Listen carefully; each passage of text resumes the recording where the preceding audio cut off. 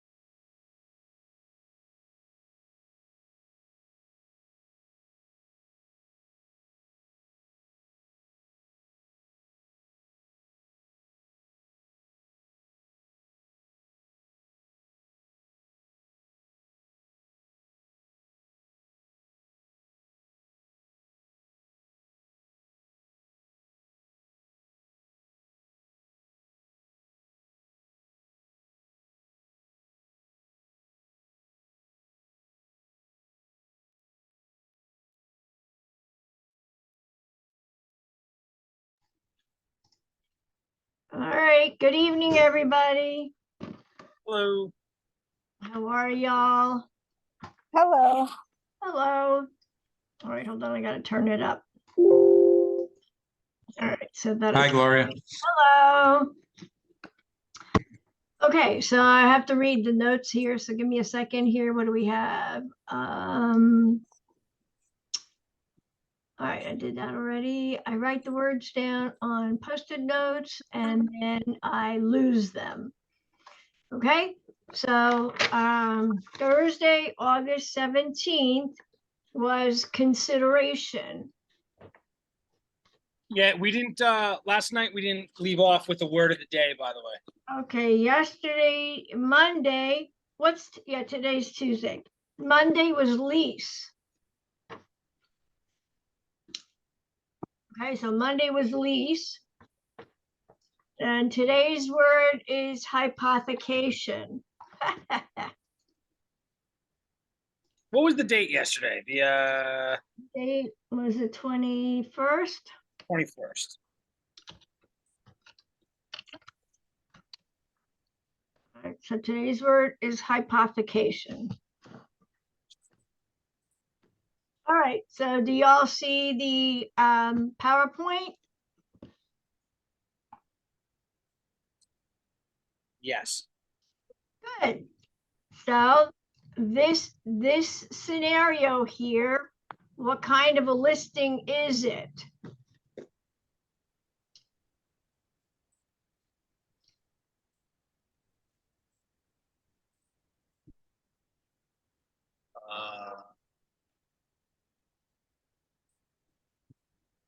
Elaborate a little bit, if you may.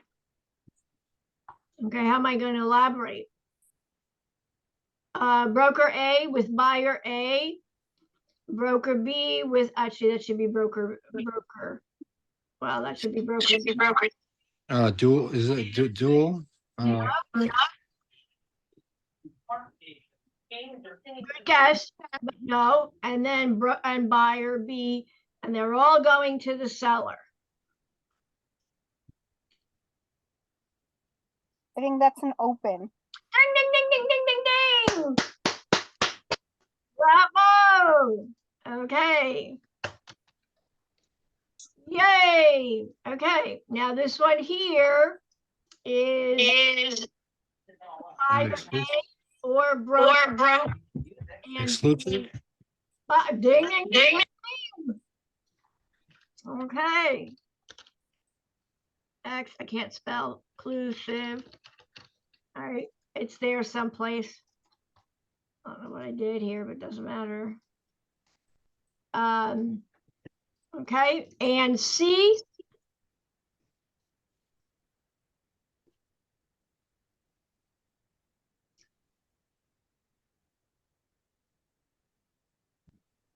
Is that exclusive?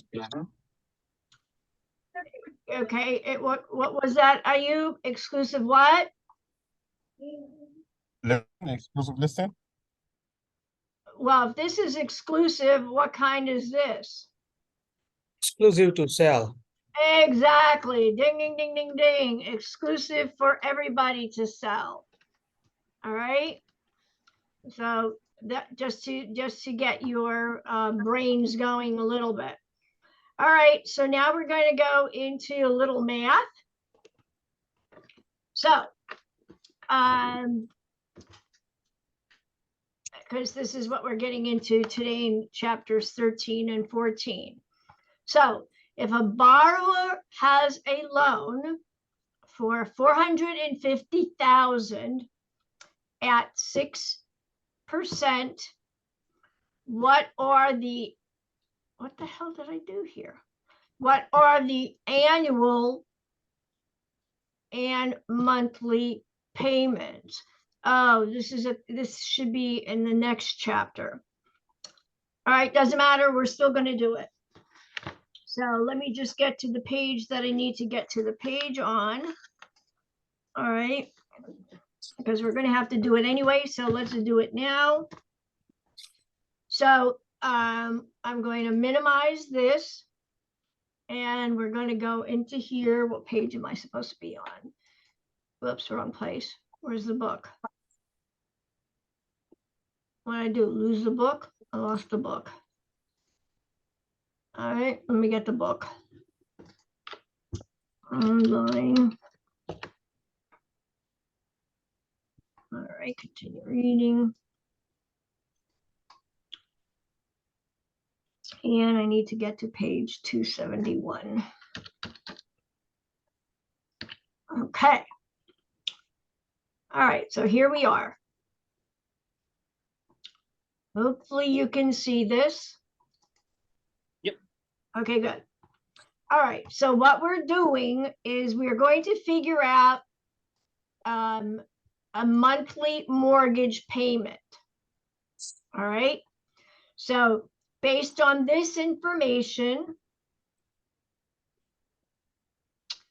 and this information, we're going to come up with a monthly payment.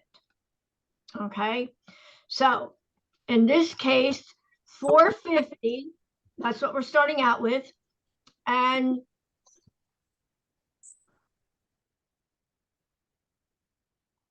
You need the term though, don't you? How long? yeah, I know. I'm just reading that and I don't have a term. So you are absolutely correct. So I'm missing the term. So we're going to make it 30 years. Thank you very much. I'm like, there's something missing. I erased it. It was there before. Okay, so 30 years. Okay, so in this case, then what we're going to do is we're going to look at the 6%. So the rate is coming down on the left-hand side. Okay, and then going across the columns are the years or the term. All right, so and what we're looking at, these numbers are known as the mortgage factor. All right, that's the word, mortgage factor. So if we take the 6% at the 30 years, the mortgage factor in this instance is going to be $6. Are you all reading that and seeing that? Yep. Okay, good. So the $6 is per 1,000. Okay, there we are. It's per 1,000. So now we're going to have to figure out how many thousands. Again, keep it simple, stupid, right? So keep it simple, stupid. How many thousands are there in 450,000? 75,000. 450,000. How many thousands are there? Divide by 6. No, you divide by 450. Right. You got 450. 450. Yeah, so you have, I'm going to write this down. Hopefully I can, maybe not. All right, so I'm going to write it down here. So we have 450 1,000s, correct? Yep. Yes. Okay, and we just learned that the factor is $6. So what we're going to do then is we're going to take the 450 times the $6, and that is going to give us what? 450 times 6, 2,700. 2,700. 2,700. Okay, so that's the monthly payment. Everybody good with that? Yep.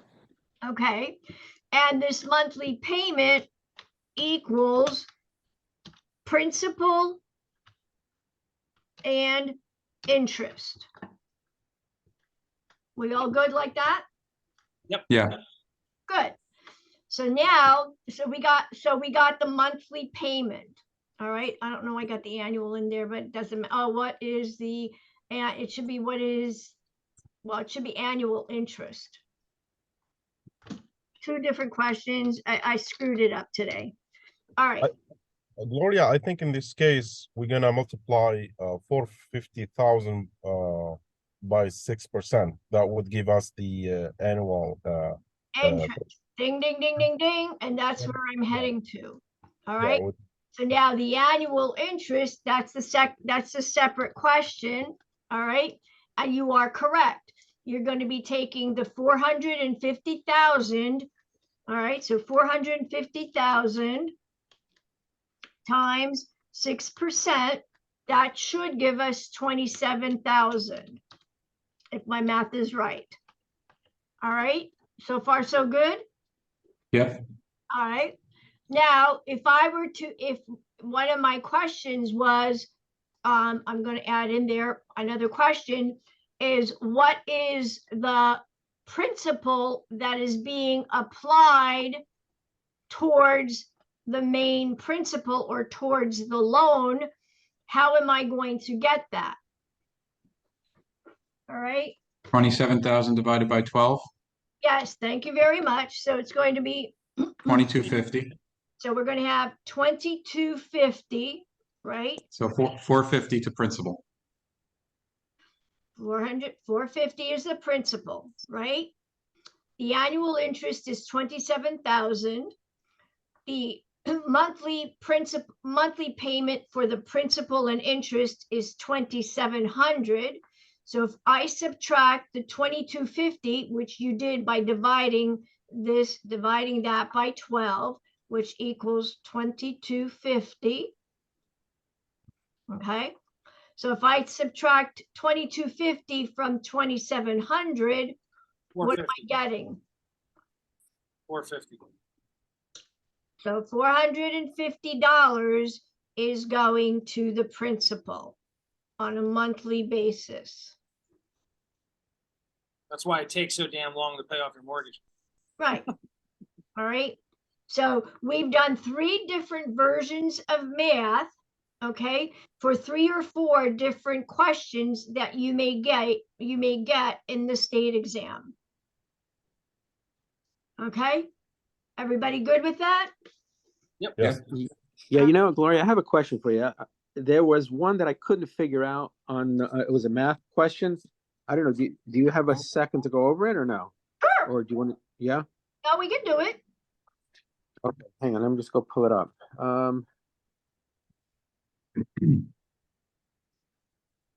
All right, so it says on February 1st, a seller paid 1,140 in annual property tax for the current calendar year. Okay, wait, so taxes, where did that go? Hold on, come back here. Where'd you go? Okay, so, and again, I screwed it up. Oh, God, Gloria, come on, get your brain together. Okay, so taxes are 1,140. And he paid them on February the 1st. He Okay, sold the house, February 1st, and he sold the house with a closing date set for April 1st. April 1st. What will be the credit for the property taxes paid if the buyer pays the day of closing? And you're saying the buyer pays the day of closing? Yes. Okay, so And it's a 360-day year and a 30-day month. three, I had a lot of trouble figuring that one out. that's okay. All right, now repeat about the taxes, please. It was 1,140 in annual property tax for the current calendar year. So that this is the annual number, correct? Correct. All right, so this is the year. Okay, so what are we going to do? We're going to go February, March, and February, March. All right, and then we're going to go, well, actually, we should go January, February, March, April, May, June, July, August, September, October, November, December, right? So what am I going to do? I'm going to basically take this, the easiest way is take it divided by 12, Divided by 12, yeah. right? So that would be the easiest way. 1140 divided 90, 95. is $95. So January is 95, February is 95, and March is 95. All right, so 95 times 3 is equals 285. So I'm going to minus 285. All right, so because this is the seller. All right, minus 1140. Therefore, the buyer's side is going to be 855, and that's going to be if they prepaid it, this is going to be a debit. No, this is going to be, yeah, a debit to the buyer and a credit to the seller. The See, 855. now, the answer they got is $288. All right, so 288, so it could be 280. Okay, so we're not that far off. So they must have done it by 30 days. All right. But the seller credit is the 40. credit to the seller. The 285? Yeah.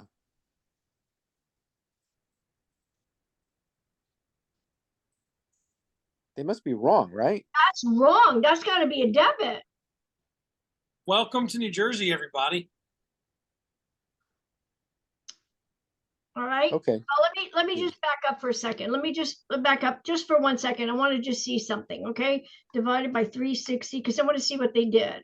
Okay, so that's 3.16 times 30, 60, 90 times 90. Yes, it's still giving me 285. So I don't know about the 288. That just isn't working. So 285, no matter how you slice it, if you divided it by the 360 days or you divided it by the 12 days, like 12 months like we did, it still comes out to 285. But this is, why would it be a credit to the seller? That's what it says. It says, what will be the seller's credit for the property taxes already paid? It shouldn't be because he used that 285, right? That's what he lived off of. The credit should be 855, but To the buyer, the credit should be I mean, to 855 to the the seller seller. and the debit to the buyer if he prepaid all. So the question is, and again, I don't see the question, is it saying that they paid the 1140 or they didn't pay, or the taxes are 1140? It says on February 1st, the seller paid 1140 in annual property tax for the current calendar year. He sold the house with a closing set for April 1st. Okay, so no, that's incorrect. What Okay. we're saying and what you're saying is correct. The 285 is really it has nothing to do with it, all right, because that's already done. So the only issue that comes into play is the 855, and that's a credit to the seller because he already prepaid it, and it's a debit to the buyer. Okay, so Yes. you're correct. If you were wondering and concerned about it, your version is correct. Their version is incorrect. And there are a lot of mistakes in this book. There's no doubt about it. Okay. So Okay, and I have one more question for you. sure. If a buyer is assuming a mortgage on a property presently in the amount of 110,000, what adjustments are made at closing? Who gets the credit and who gets the debit? If you're assuming a mortgage, then there really isn't any debit or credit, isn't it? You're just there is. signing over? Yeah, there is. 110,000 is a credit to the buyer. Because it's like as if they have 110,000. Okay, and there's nothing to the seller then?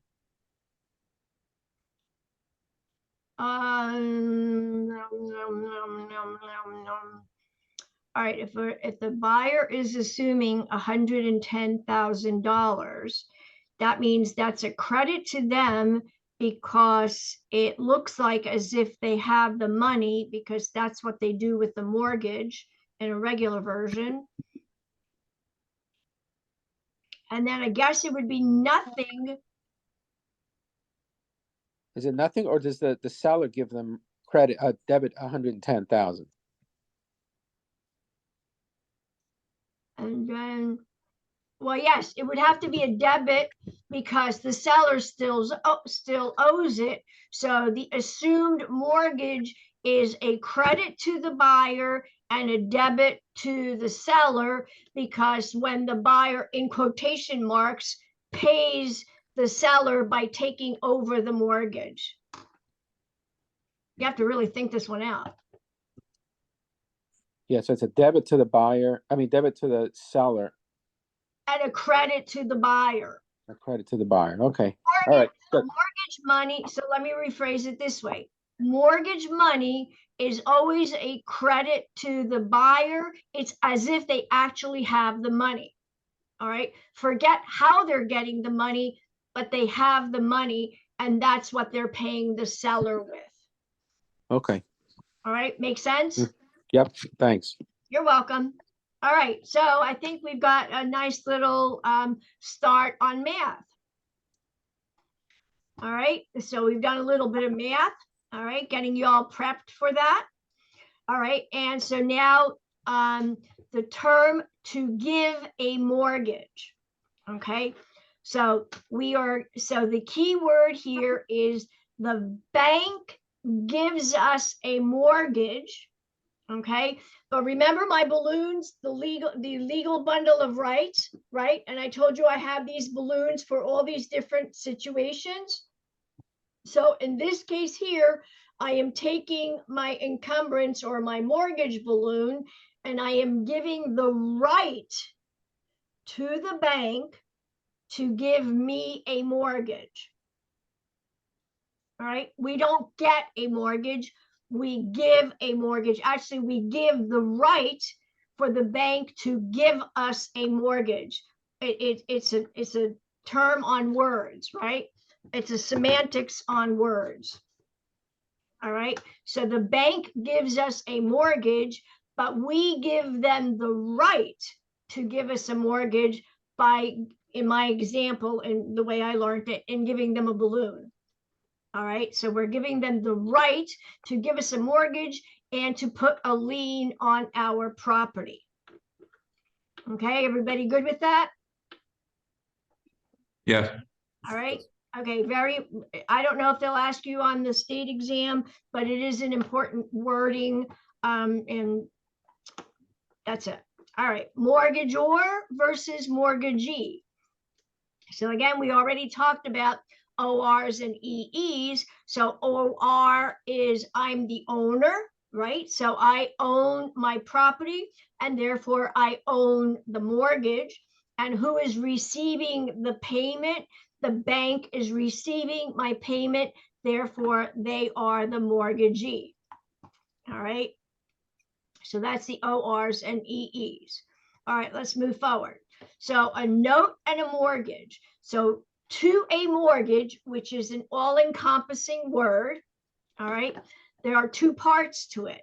So the first part is the note or bond and the mortgage. All right, they are both documents. Okay, so the note or the bond is a personal promise. So I'm sure everybody's heard of a promissory note. That's what we're talking about here. So this is a promissory note or a bond to repay a loan. And the mortgage document is the pledge of property that we are giving to the bank as security for that loan that they're giving us. Okay. So the two loan instruments that are part of the all-encompassing mortgage is the note. So that's the financing instrument. That's the personal obligation to repay the loan, and it's signed by the borrower. So it might be one borrower, it might be two borrowers, but that's the financing instrument. And the note is what the banks will sell off on the secondary market to replenish their coffers. All right. The mortgage is the instrument that is securing or putting the property up for security. And basically it's saying that if I don't make my payments, then you're going to be able to take my property and turn around and sell it and get paid back, get your mortgage paid back. All right. And again, that's signed by the borrower. But the mortgage just stays static. It's just a promise. That's all it is. Whereas the note is a financing instrument, and that is the document that the banks will sell to recoup or to replenish their coffers. All right. So, right. So in this case here, again, the note or the bond, it's a financing instrument. So what is it doing? It's telling you everything that has transpired regarding this transaction. So how much are you borrowing? What is the interest rate? And how long is it that you're going to repay the loan? All right. And so in this case here, again, if the bank doesn't get the full amount, then obviously the mortgage, the pledge is then going to kick in because they're not paying off the full amount. And so if they fail to make payments, then in that case, the bank can sue or start the lawsuit for foreclosure. All right. And so then in this case, they're going to start the foreclosure proceedings, and then we're going to have the list pendants, which is going to be recorded, which is going to let everybody know that there's some sort of a legal proceeding happening on this property. All right. So the mortgage terms are the mortgagor, that's the owner of the property. The mortgagee is the lender. And the whole act of it is called hypothecation, which is today's word. So it's the act of pledging the property. It's the act of the security for payment of the loan. And it's the act of getting this monies, and we're not surrendering possession. We're keeping possession of the property. So therefore, the mortgage is hypothecation. On the other hand, in a pawn shop, when you give them property to hold in exchange for the loan and you don't pay it back, you don't get to keep or get back your property to turn around and sell it. All right. Whereas here with a mortgage on a house, the bank is able to do that. So you're living in it, but if you're not making payments on it, then the bank has the right to take possession of it eventually, not right away. Okay, so the next term is trust deeds. All right. So now New Jersey is what we call a judicial foreclosure state, because why? It has to go through a judgment proceeding. Yes. Judicial generally means court. lawsuit. That's correct. And so in this case, we don't have trust deeds. We have deeds. The owners of the property own the property, and they get a deed for that. But the other states that are title theory states, they then get trust deeds. They therefore could be foreclosed upon a lot faster, because it's like owning a car. So the bank and your name is on the car. So if you don't make a payment, your car can be repossessed. So the same thing can happen with the house, right? Because the house has a trust deed. It's in the name of the bank and the owner. So basically they can foreclose much faster on the property than they can with a lien theory state, which is what we are. Okay. So provisions of the note. Okay, so the note or bond, but we don't use bond in New Jersey. But they might use that word in the state exam. So you need to know that note and bond equals the same thing. So it is executed by the borrower at closing. So executed, again, not guillotine. They're just signing off on it. And then it's going to have the amount of the debt. It's going to have the time and the method of the payment. It's going to have the interest rate. And then it's also going to have on there the monthly payment. All right. So anybody that is involved in this transaction is going to be signing these documents. All right. And these documents making the individuals liable, personally liable for the loan. All right. So again, the provisions of the mortgage document is executed by the owner. It has the legal description that is identifying the property as the security. So the legal description in this case is going to be very long-winded, because it's going to be all in writing, because we have legal descriptions. It's also going to have the block and lot number, which again, in my language, is the legal adequate address of the property. It's going to identify who the bank or the lender is and who the borrower is. And once again, everybody's going to have to sign off on all of these documents. It's also going to identify what the obligations of the borrower is, and it's also going to identify what kind of rights does the bank have in regards to this property. So what are the duties of the mortgagor, right? So default. So if anything happens, then in this case, the bank has the right to start the foreclosure proceeding. So they'll go to court and they'll sue you, and they'll get the lis pendens, which will then be recorded. All right. And then after that, the foreclosure proceeding will begin. The obligations of the mortgagor or the borrower is we're going to be repaying the note, right? We're going to repay the principal. We're going to pay all of our real estate taxes. We're going to make sure that we have the proper insurance on the property. We must obtain permission before any major repairs are done on the property from the bank. All right, because they're in it as much as we are. And if anything should go wrong, they need to know about it also. We have to maintain the property. So again, we have to make sure that it's maintained, that it doesn't lose value, that we're not wasting it, okay? And then before we go out and get a second mortgage, we also have to let them know within 30 days that we are going to be getting a second mortgage. And usually it means we're letting them know that we're going to be taking equity out of the property. All right, that's usually what a second mortgage is for. And basically a second mortgage is typically used to do improvements on the house. All right, but we have to let them know that that's what we're going to be doing. So in the mortgage, there are certain clauses. all right? And certain clauses affect different things.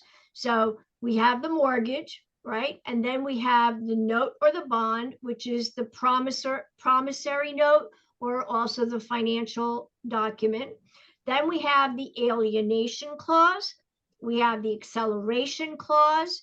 We have the prepayment penalty clause, and we have the defeasance clause. All right. So these are all the different clauses that can affect us in different ways. So the acceleration clause is helping the bank, the lender, to start the foreclosure proceeding if you don't make any payments, right? So the acceleration clause, what you need to know again for the state exam, the acceleration clause is that the bank is going to demand the entire debt due immediately, payable and due immediately. That's the acceleration clause. All right. And again, we already said that they would have previously started the lis pendens, which then puts the acceleration clause into play. All right. The defeasance clause, that's for us. And again, defeasance comes from the word defeated. All right. And that means that the debt has been defeated, or we have repaid the debt. All right. Therefore, the bank or the mortgagee no longer has the right to a claim on our property. So in this case, when we've repaid the bank the mortgage, then they are going to have to file a satisfaction of lien or satisfied repayment. There's all sorts of different words for that, but basically they are going to be recording that the debt has been paid off, and they no longer have a claim on the property. So that's the defeasance clause. It's a positive clause. All right. Again, the note is the negotiable instrument. So again, it can be sold by the lender. And if they do sell it, then it's going to be taken over by another lender or another bank or an investor. Investor. And in this case, then what you're going to be doing is you're going to be paying this other bank because the original bank got paid, and they're now able to go out and lend some more. Okay, so that would be an assignment of mortgage. All right, so the bank is going to be assigning the mortgage to another bank or to another investor or whatever. Gloria, do you think that that's happening now that the rates are higher? Because how are they going to make any money? It's funny that you should be asking that, because I just got a letter, right? I just got a letter from our bank saying that they are selling off our loan to somebody else. But just so you understand, though, they're just getting replenished. They're not, our interest rate, which we have a very low interest rate, is not going to change. We're just going to be paying somebody else. So how do they make money? They're going to make money by lending the monies out, the monies that they got replenished from my mortgage. Let's use me as the example. They just got replenished by the other bank. And so now they're going to take that money and they're going to go out and lend that money at what? 7%, 7.5%. That's where they're going to make money. Correct. But how does your new company make money if they're buying a loan that's got 3% or 2% and their money should be at 7 or 8%? That's the secondary market, and I am not knowledgeable about the secondary market. So I don't have an answer for you, Paul. Okay. All right. But So yes, basically, the interest rates would be different between two banks doing business in the secondary market. okay. Is But that if true? they're over, I don't think so, because what they're doing is they're taking over so again, use my example. All right, so I'm with Bank A, and now Bank A sold. So in other words, they don't have my money because they've given me the mortgage, so they're only getting payments from me, right? So when they sell it on the secondary market or they sell off the note, they're selling it off to Bank B, right? And so Right. Bank B basically is paying Bank A my full mortgage amount, right? Yeah, Now Bank A has been replenished, and now Bank A can go out and lend out money at the higher interest rate. Now, what Bank B does and how they make money, I don't know, because they cannot change my loan, right? They're not allowed Right. to do that. So I don't know where they make money, but I know no matter how you slice it, the bank always makes money. The bank always wins. So how, I don't know. All right, but I do Okay. know it's on the secondary market, and there are ways that they make money, but I am not knowledgeable about that. So I can't answer it 100%.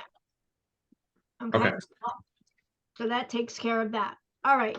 So, and again, now what's going to happen is now that my loan is going to transfer to Bank B, now Bank A is going to have to put a satisfaction of loan or satisfaction of debt, record that, because basically they've been paid off. So they no longer have a claim on my property, but now Bank B is going to have to put a lien on my property saying that I owe them the money, that they now have a claim on my property. Okay, so that's kind of what's going to happen. And of course, no matter what, we're going to be signing off and acknowledging these transfers and these documents. All right, so what should have happened, which probably will before the end of the month, is I am going to be receiving an estoppel certificate. All right. And basically this estoppel certificate is going to come from the lender, and it's going to verify my contractual terms that I had with them, so that it's whatever the interest rate is, whatever the borrowed amount is, whatever the monthly payment is, and it's just going to verify everything. And I'm going to sign off on it saying, yes, this is all correct. And then I'm going to sign off on it. And then that's when it's going to finalize the loan payment with the other bank. All right. Now, so that's an estoppel certificate. All right. So the estoppel certificate is generated by the lender. And this is a question, this word, I don't know how they're going to ask you the question, but this word always comes up and people always get it mixed up. So the estoppel certificate is generated by the lender, and the mortgagor or the owner of the property signs off on it. All right. And then it has all the financial information. The other word, and this is again where everybody gets mixed up. So the reduction certificate is the borrower that is generating this document, which is the same thing as the estoppel certificate. All right, because they are allowing somebody to assume the mortgage. All right. And so in this case, then the borrower is doing this document, and the bank is the one that's verifying this information before the next person that's assuming this loan is going to take over. All right, everybody good with that? Yes. All right, so just to repeat it again, just so that we all have it together. So the estoppel certificate is generated by the bank with all of the financial details, and the borrower is signing it off, and then the bank is selling that loan to Bank B. The reduction certificate is generated by the borrower because they are either selling the note themselves, or they are allowing the loan to be assumed. So they are generating this document with all the financials on it, and the bank is signing off and verifying all the information before the person that's assuming the loan takes over. All right, those are the two differences. All right, so estoppel certificate and reduction certificate. Okay, so interest. All right, so what is interest? Interest is basically what we are paying to be able to borrow money, right? In order for us to buy a house, we might need to borrow money. And because we're using somebody else's money, we are paying an interest. Okay, so in this case, then there's a law about charging illegally high interest, which the word is known as usury. All right, so usury is overly high charge of interest. That's on the state test 3 times, by the way. Okay, I only know that because my buddy took it like 2 weeks ago.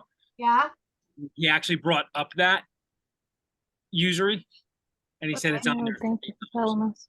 wow, okay.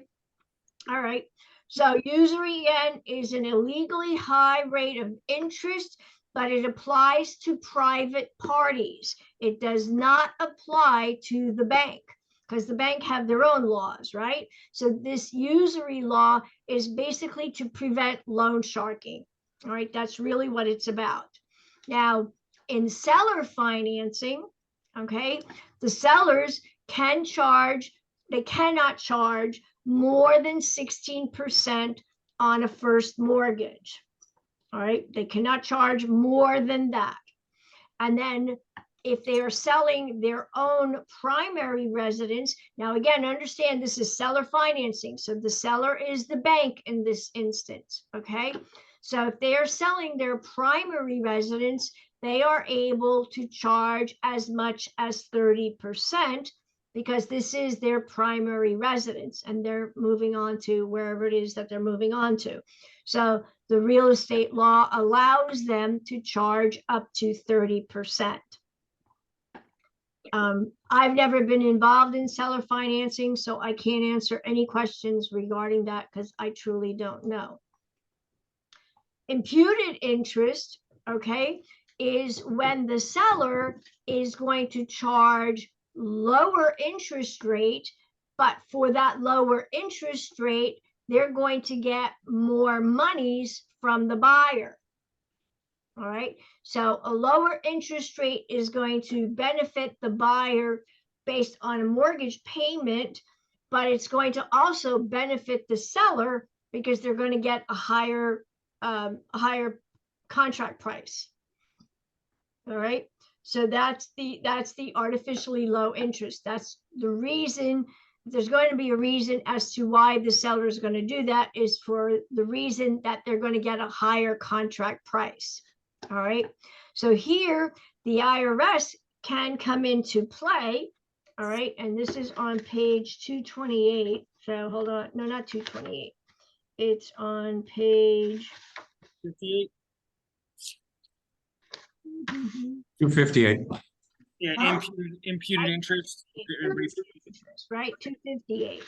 So basically, they can come in and they can say, okay, you're charging a lower interest than what is considered fair, and so as a result of that, we're also going to tax you on that. All right, that's kind of what they're saying. All right, on the imputed interest. So again, it's going to go based on the federal level, whatever the federal rate is. All right. And again, when they're talking about transactions 2.8 million, then the lender can must charge at least 9% or whatever is equal to the federal rate. All right, whichever is lower. All right, so that's the basis of artificially low interest rates. So again, if somebody is doing that, they could be potentially taxed because they're not because it becomes income to the seller. Is it income to the seller or income to the buyer? Let me think about that one. Who's making money? Well, they both are. They both are. So it would be, so basically both of them would be taxed because the buyer is paying lower interest, right? So they're also making money, and the seller is making money because he got a higher contract price. So both of them are going to get taxed to whatever degree they got to get taxed. All right. Because they're both benefiting from the low interest rate. All right. New Jersey, hopefully I didn't mix you up. Did I mix you up? You're all good? Yes. All right. Good. Good. Okay. Prepayment penalties. So New Jersey does not have a prepayment penalty. All right. New Jersey does not allow prepayment penalties. So if you were to borrow money, let's say you got you borrowed $1 million and you just closed on the property today, you just signed all of the documents, and tonight the lottery drawing is, and you won $2 million. So tomorrow you can turn around and pay off that $1 million, and you're not going to be fined or penalized for paying off that loan, even though you had it for what, 24 hours maybe. All right. Whereas in other states, they get penalized if they prepay the loan off, because obviously the bank makes money on the interest, right? And they make money on the interest in the first half of the loan. In the second half of the loan, they don't care. All right. So first and second mortgages. So again, we already learned about taxes. So taxes are always number one. All right. They're always at the beginning. And then the next thing is the mortgage. So again, it's going to be based on when when the mortgage got recorded. All right. And often the home equity loan is a second mortgage, and they're usually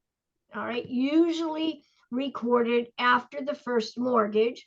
But if we were, let's just say for argument purposes, we were going to take out both of these loans. So we got the first mortgage and we got the second mortgage, the home equity, on the same day, then in that case, the priority is going to be based not on the date, but on the time. All right. So again, the first mortgage will be recorded first, and the second mortgage will be recorded second. So then the timing will be based, the priority will be based on the timing, because they got recorded on the same day. All right. And that also goes for any other kind of lien that anybody's going to be putting on the property. So if you're a bad person and you have had all sorts of home improvement done, but you didn't pay these people, then these contractors can put liens on your property, known as a contractor lien or a mechanic lien. And then in that case, it's going to be whoever records it first, and it's going to be based on dates. And like I said before, it could also even come down to based on timing. All right. But in this instance, what I'm talking about is, let's just say we got a second loan because we want to do home improvement. So we're going to remodel the kitchen. And in some instances, banks always want to be number one when it comes to construction, because I don't know if it's insurance purposes or what, but in this case, they want to be number one. So in this case, then the home equity bank, let's call it that, the home equity bank is going to ask the mortgage bank to go into second position, while the home equity bank is in first position as the kitchen is being remodeled. So that is called a subordination agreement. So they're asking the first bank to subordinate or go into second place while the home equity bank is in first position. All right, everybody good with that? Gloria, one question. Did that happen a lot? Like if the mortgage bank are willing to do that, or, just want to know, yeah. It's going to depend on how big of a home improvement it is. If it's something minor, then the second bank may not ask for it. But if it's going to be something extensive, a major home improvement, then the home equity bank might ask to be in first position. So yes, it does happen. It's just going to depend on what is happening regarding that. Okay, thanks. You're So welcome. the first bank is basically taking a little bit of a chance. Always, always, because the chance that the second bank is, that the first bank is getting is that if the owner defaults, then the person that's in first position is always going to get paid. And if they start the foreclosure proceeding, then everything else gets zeroed out. Right. So that's the chance that they get. You know, that's the risk that the mortgage bank is taking by going in second position. What, Gloria, what do you mean by gets zeroed out? So if you have a second mortgage, they don't get paid, or they get paid only if there's extra? Nope.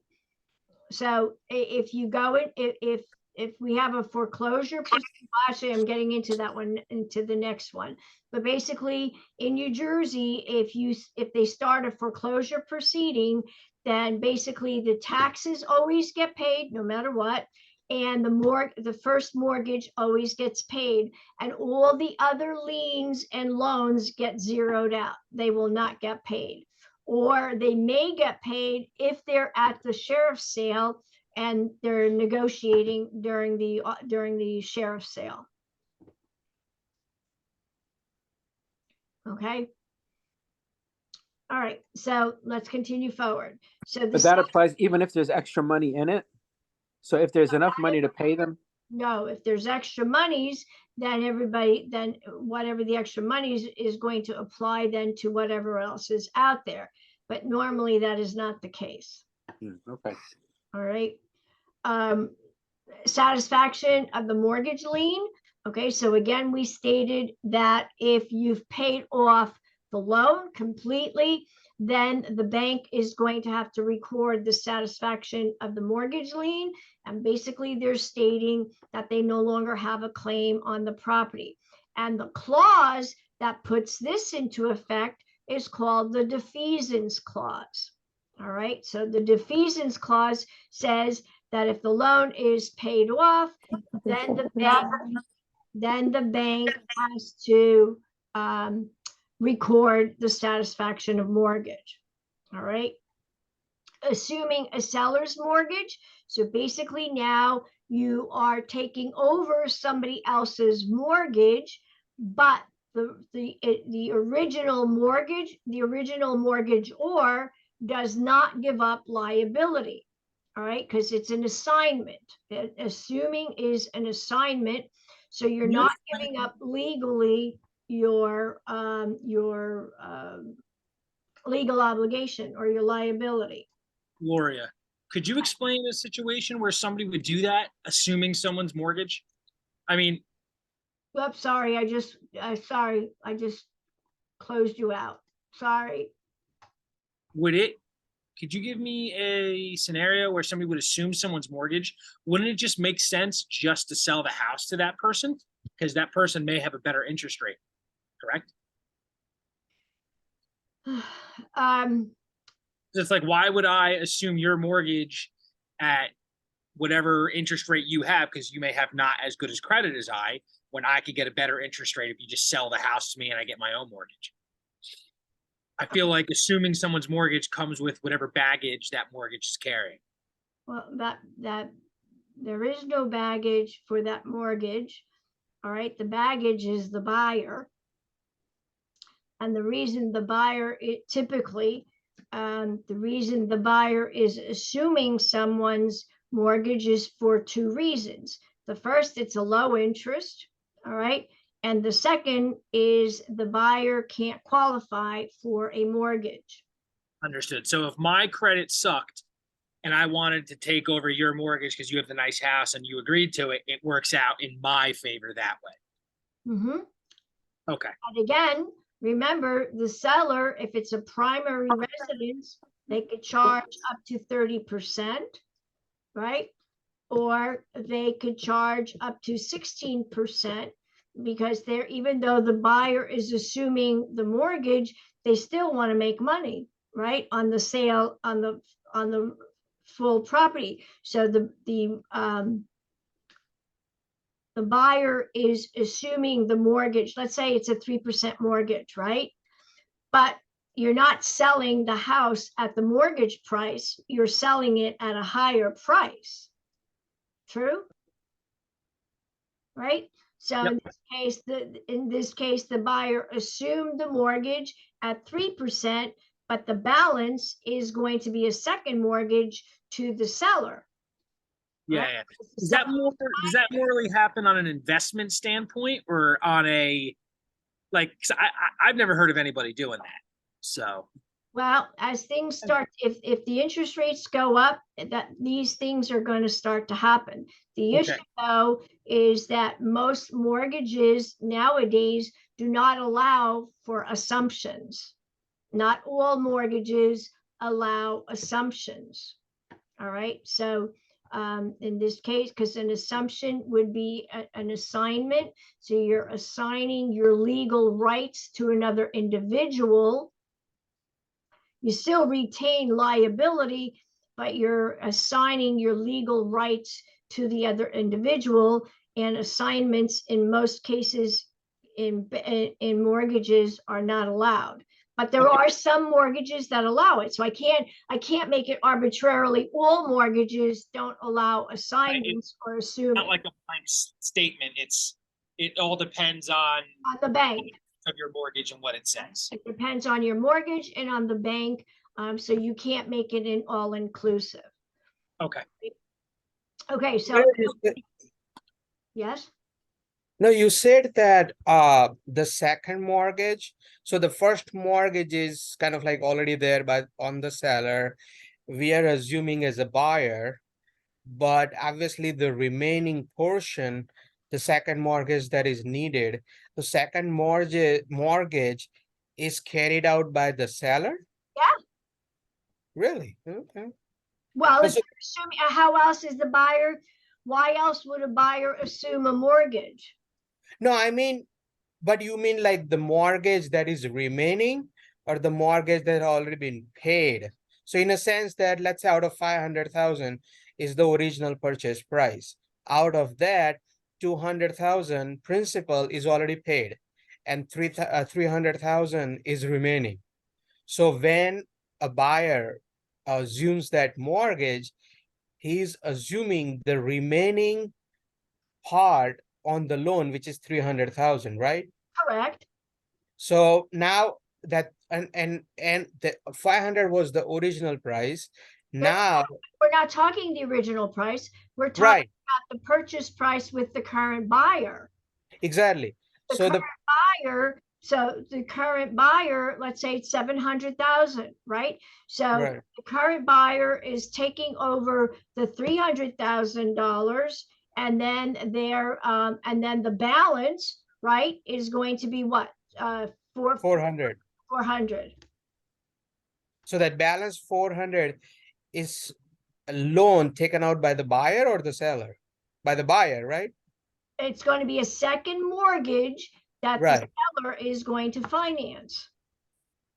Oh, seller, but if seller doesn't want to finance, then does bank That's a whole, finance? we're just talking assumptions here. So the answer is if they're assuming the $300,000 mortgage because it's 3%, and now we have 400,000, then the second mortgage is in this example is going to be the seller financing, right?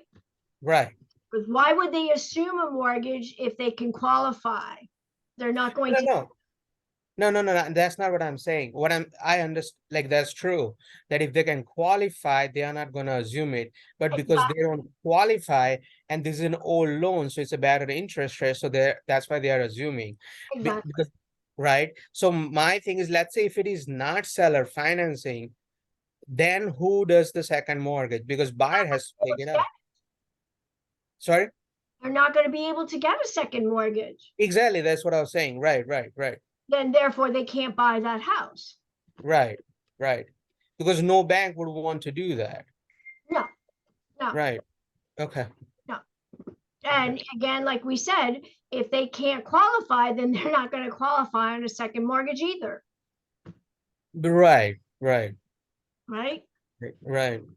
So So that's, this is seller financing is more mainly for buyers who don't qualify for regular loans. there's many different reasons. I'm not in the finance industry. I'm not a loan officer, but there are many different reasons why people will do seller financing. So, Got it. but that's not my mainstay, and you Yeah. don't need to worry about that. If you want to talk to a loan officer, they can explain it way better than I can. We're just learning this just so that we can pass the state exam. Yep, me too. Good.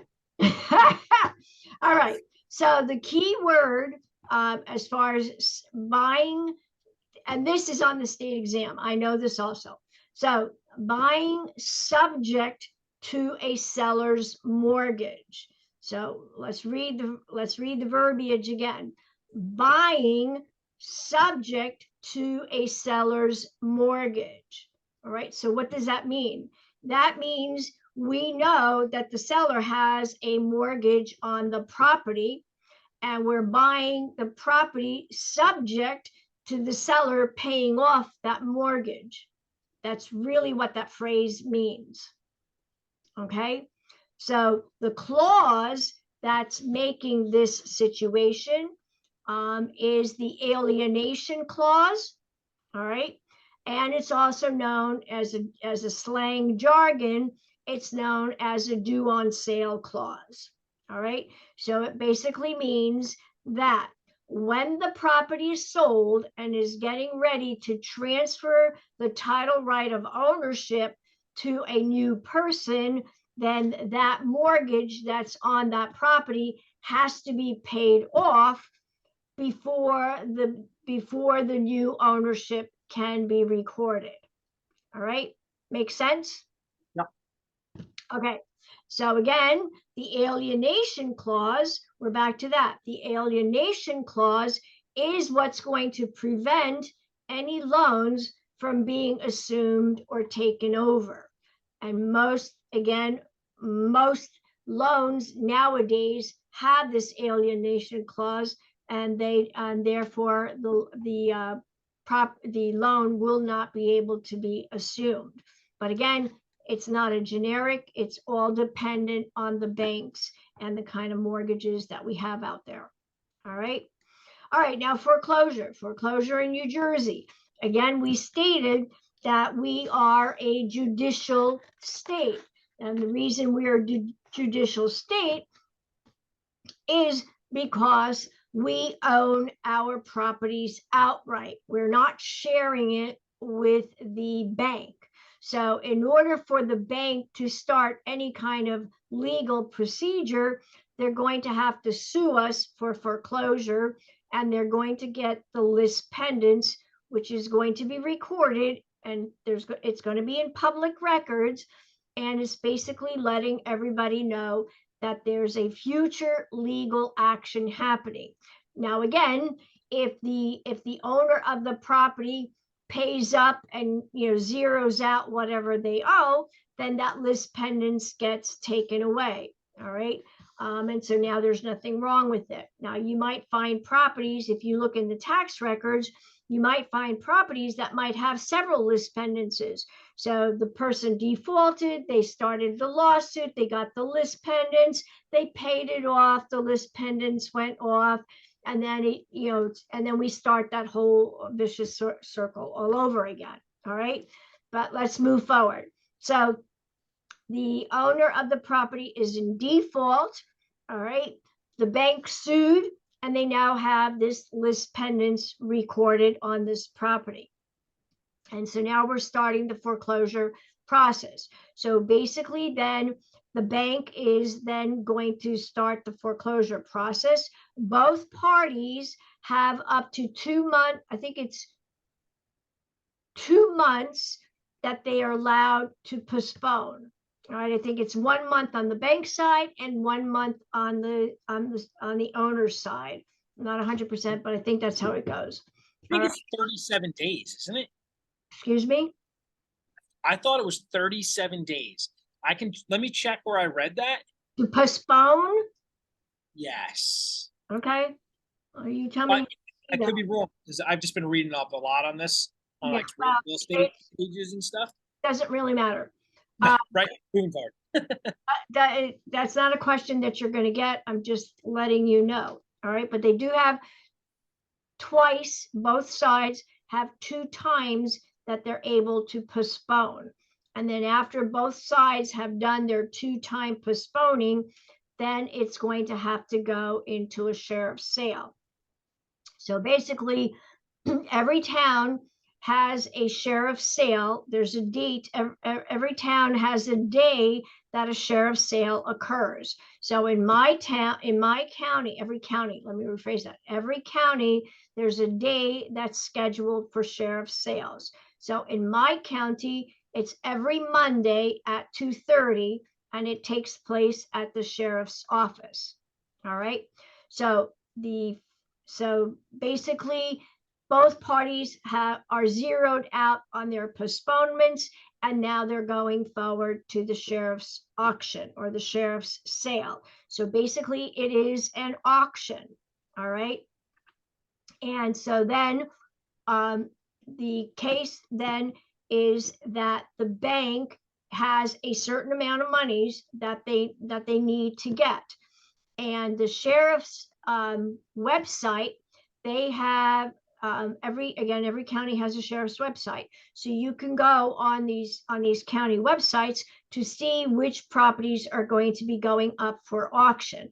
Again, you'll also see if it's been postponed or taken off or whatever the case may be. But basically, the sheriff has to advertise for a set period of time. Oh, here it is, 4 weeks. All right. On websites along with the newspaper in Trenton. And then after that, the sheriff auction begins. So there it is, delayed 2 weeks, 2 times by the mortgager and mortgagee, which equals 2 months total. There's your answer.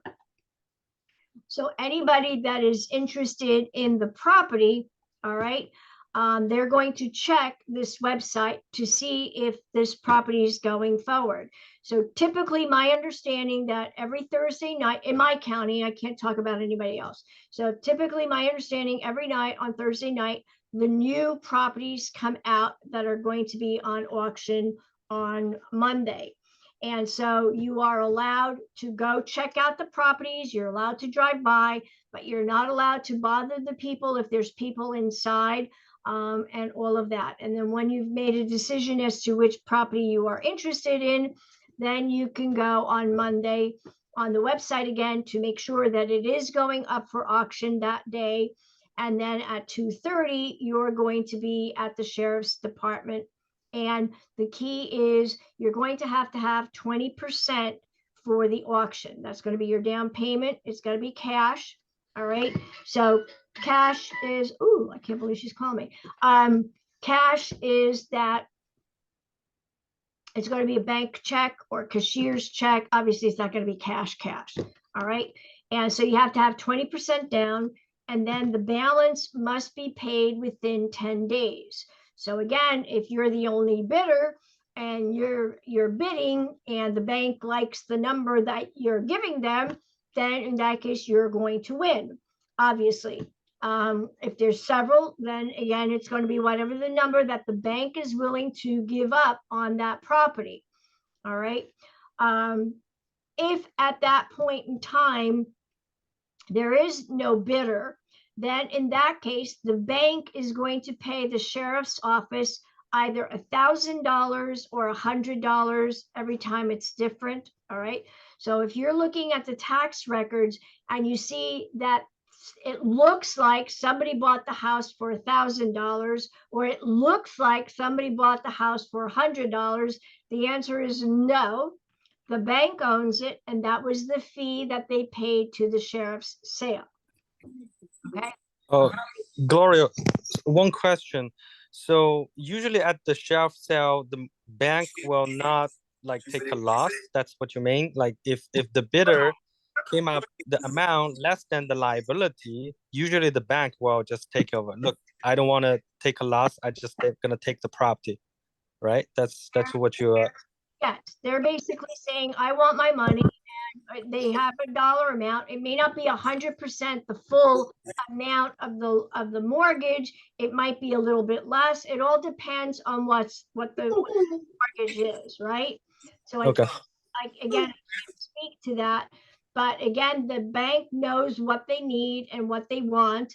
And if the bidder is not giving it to them, then the bank is taking over the property. And basically they're paying the sheriff $1,000 or $100, and that's the end of that.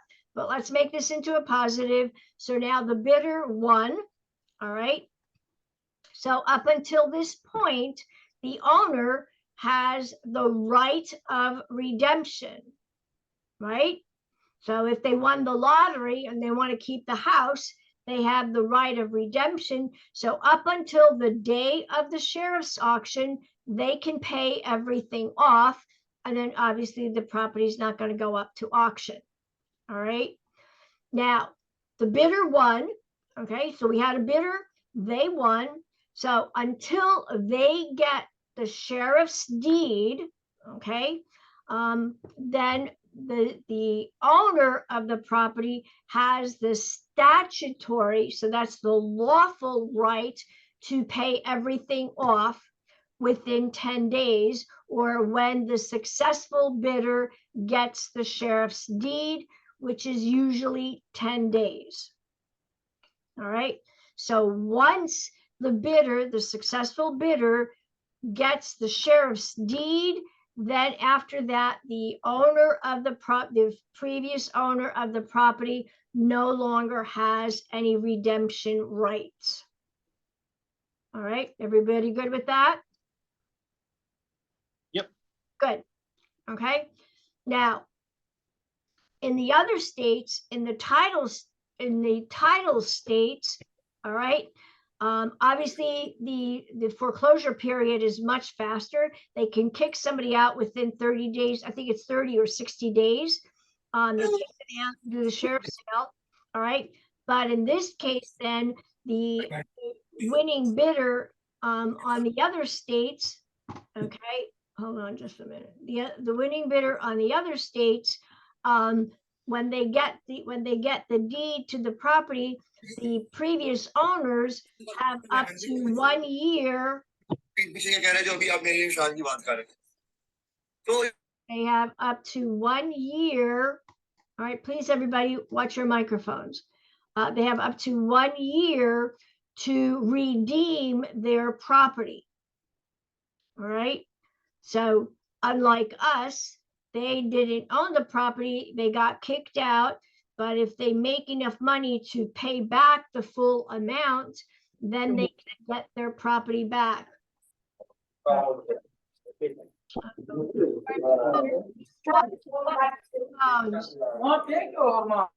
right, please watch your microphones.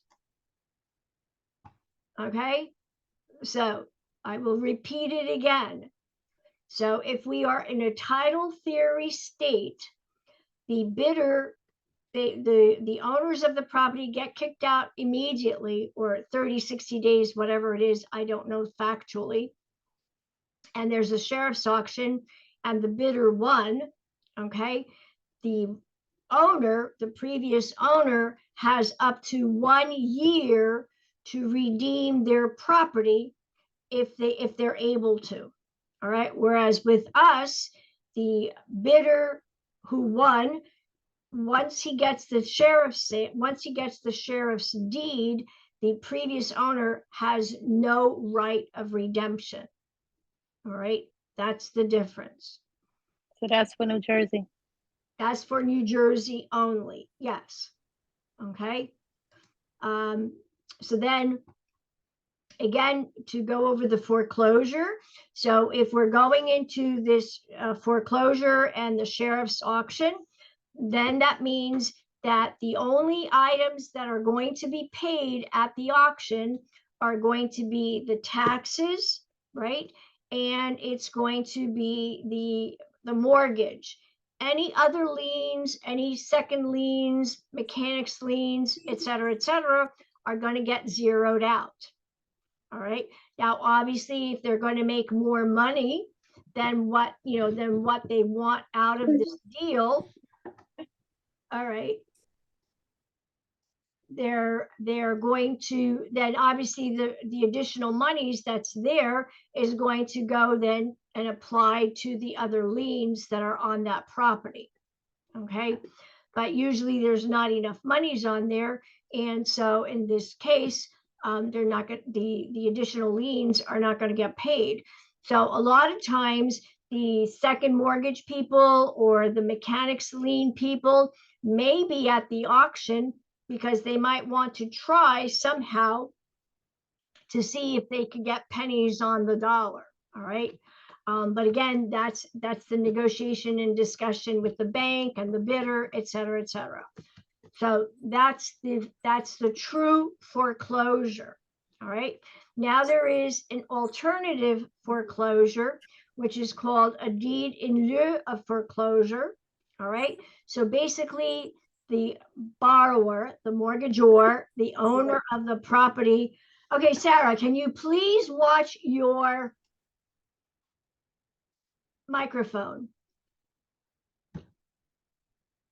So the deed in lieu of foreclosure is the owner says, look, I know I'm behind.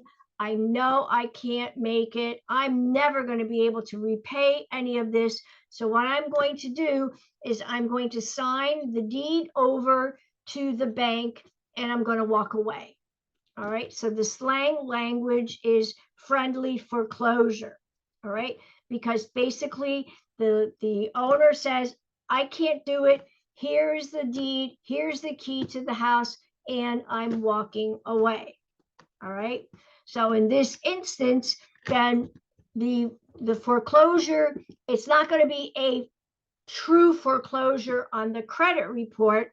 It's going to be less damaging to the credit report. It will still be there, but it's not going to be as damaging on the credit report as a real true foreclosure. The problem with this friendly foreclosure is that the lender is taking a lot of risk by getting the deed to this property. Because unless the lender knows everything about the property and knows that there are no other liens or second mortgages or anything along those lines, then then they would take that deed. But if not, then at that point, if they don't know that information and they didn't do their due diligence, then at that point in time, the lender is going to be responsible for all the liens to get paid when the lender sells the property. That's the difference. All right. So friendly foreclosure is basically just like a voluntarily, like, here, take the house. We're going to move. We can't afford to pay this anymore. That's exactly. it. Yep. Exactly. Exactly. Doesn't a bank generally, in my understanding, a mortgage company or a bank, wherever you're getting your money from, want you to go through the foreclosure? They make more money on the interest during the foreclosure. Of course they do. Right. That's why they don't want you to do that. They want you to foreclose because then you got all that backed up interest and all these other avenues that they could sell the note for. Well, not only that, there's additional things because depending on the loan, it's insured or it's guaranteed. The bank never loses. Bottom line, the bank never loses. So insurance companies and banks always win. The banks always win, right? The house always wins.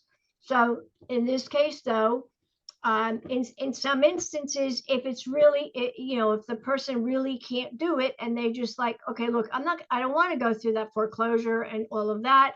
I'm signing over the deed and we're done and finished. All right. So then basically at that point, if the bank sells the property within 90 days, all right, and they don't get enough monies for that property, then they can issue what is known as a deficiency judgment, right? So they didn't get enough monies for the sale of the property. So now they're going to put a judgment on that individual because there was not enough monies. All right. And a judgment follows the property, any kind of property, and follows the person's personal stuff. All right. So again, depending on the situation, you know, everything is different, so we really can't talk about it. But that's basically what would happen, right? In a regular foreclosure, there wouldn't be that chance because again, all the other liens get zeroed out. But in this case, in a deed in lieu of foreclosure, if that sale did not pay off all of the liens and everything, then again, the person can get a deficiency judgment. All right. And that's going to follow them until they pay it off. Let me ask you a quick question. Say you go through foreclosure, right? And then your house gets up onto the sheriff's sale. I know how you said once it hits sheriff's sale, all the other lis pendants and all the other liens, they get wiped away. Can the owner, or say my house is now in the sheriff's sale, can I then No, get myself back in good Nope. terms? Once it's in the sheriff's sale, that's it. You got to get out. you're done. Okay. But once it's in the sheriff's sale, it cleans the title because the next person who's buying it can't buy a dirty title. You have to sell a house with a clean title. Well, that's not true either because it's the bidder's duty to check it because we don't know, we didn't do an abstract of title on the property to see what's wrong or what's not wrong with the property. Okay, so you can buy a home in a sheriff's sale that has a lot of liens on it. Not necessarily liens, but there might be issues. Okay. The sheriff's deed is only giving, again, we're ahead of time, but it's a good time to talk about it. They're giving what is called a bargain and sale deed. So a bargain and sale deed is basically saying that I have the right to transfer ownership, but I am not guaranteeing anything regarding the property and the title. Right. Okay, that makes sense. All- It's basically like taking the liability away from the county, Correct, basically. right. So it's I don't know about an as-is sale because that's not, I wouldn't be calling that an as-is sale. A bargain and sale deed, that is exactly what it states. It states that I have the right to transfer the ownership of the property, but I am not guaranteeing anything regarding that property or regarding the title ownership of the property. That's basically what it's saying. So sheriff's sale wipes out tax sale certificate also? Say that again? When the property is in sheriff's sale and if you bought a tax sale certificate, does it get wiped out also?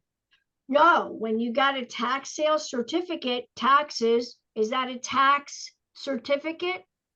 Yeah, I mean, like somebody was behind on taxes and I paid it for. Think about what you just said. It's a tax certificate. So Right. who gets paid first? Tax. All right. And is that a tax certificate? Yes. So who gets paid first? I. The answer's in your question. The answer is in your question, Jagar. No, I understand. I'm just like trying to see, like kind of like when everything is getting wiped out, but tax is the only thing that doesn't get wiped out. Correct. Right. And so if you have a tax certificate, would it get wiped out?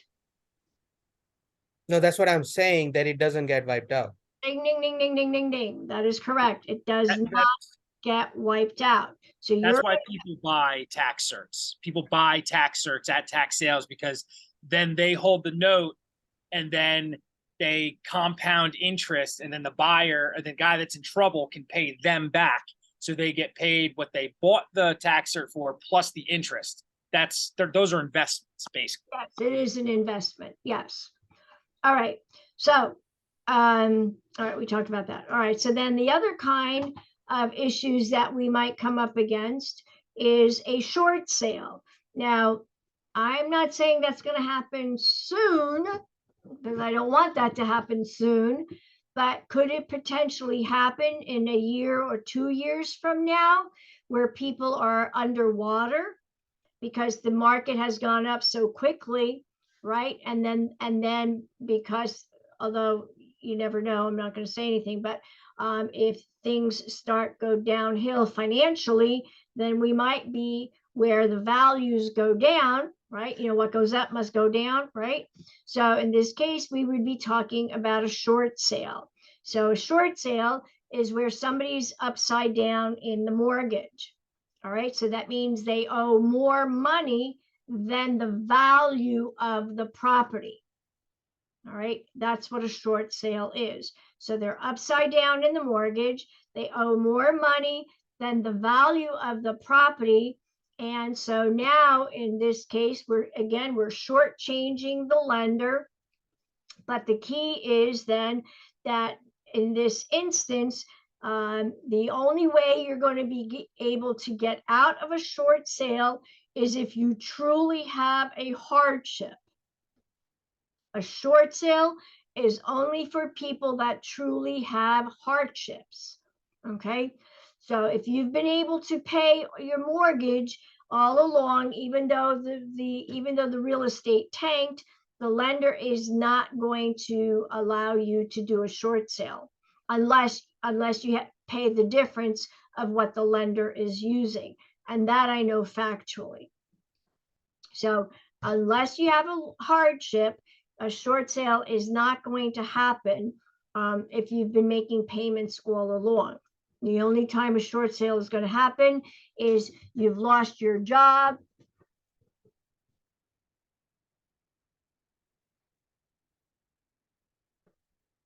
No, a bargain, it could, but normally it doesn't. All right. So let's just continue on and then we'll take a break. So again, the short sale is if somebody has a hardship because they're underwater, the value of the property is less than what they bought it. They're trying to sell the property and they can't. And so now they're letting the lender know that, look, I'm trying my best. I'm trying to make payments, but I can't, and I can't sell it. And so I need you to accept whatever people are giving me as a contract on that property. The deficiency judgment is the difference between what the borrower borrowed and what the bank got paid, right? So that's a deficiency judgment. All right, so that will then apply to the owner of the property. And again, we're not going to get into it. We just need to know what that word means for the state exam, right? So it's a shortfall of a repayment of debt. So it's the difference between what the bank got and what the borrower borrowed, and that difference is going to be owed by the borrower, all right? And it's going to be attached to the borrower because judgments are attached to the person. And the last one is REO. So again, if you see anything that says REO, that means the bank owns the property, meaning there's no debts on it because it already has gone through foreclosure. Nobody won on the bid. So basically the bank took over and now they own the property. That's what that means, REO. All right, everybody good? Yep. Those are primarily what I'm going to be working on when I get my license. Okay. All right. So it's 7:30. I will see you back here at 7:55. All right. So go grab something, brain food, and we'll continue forward. All right. Okay. So that's done. Save that. All right. Let me go.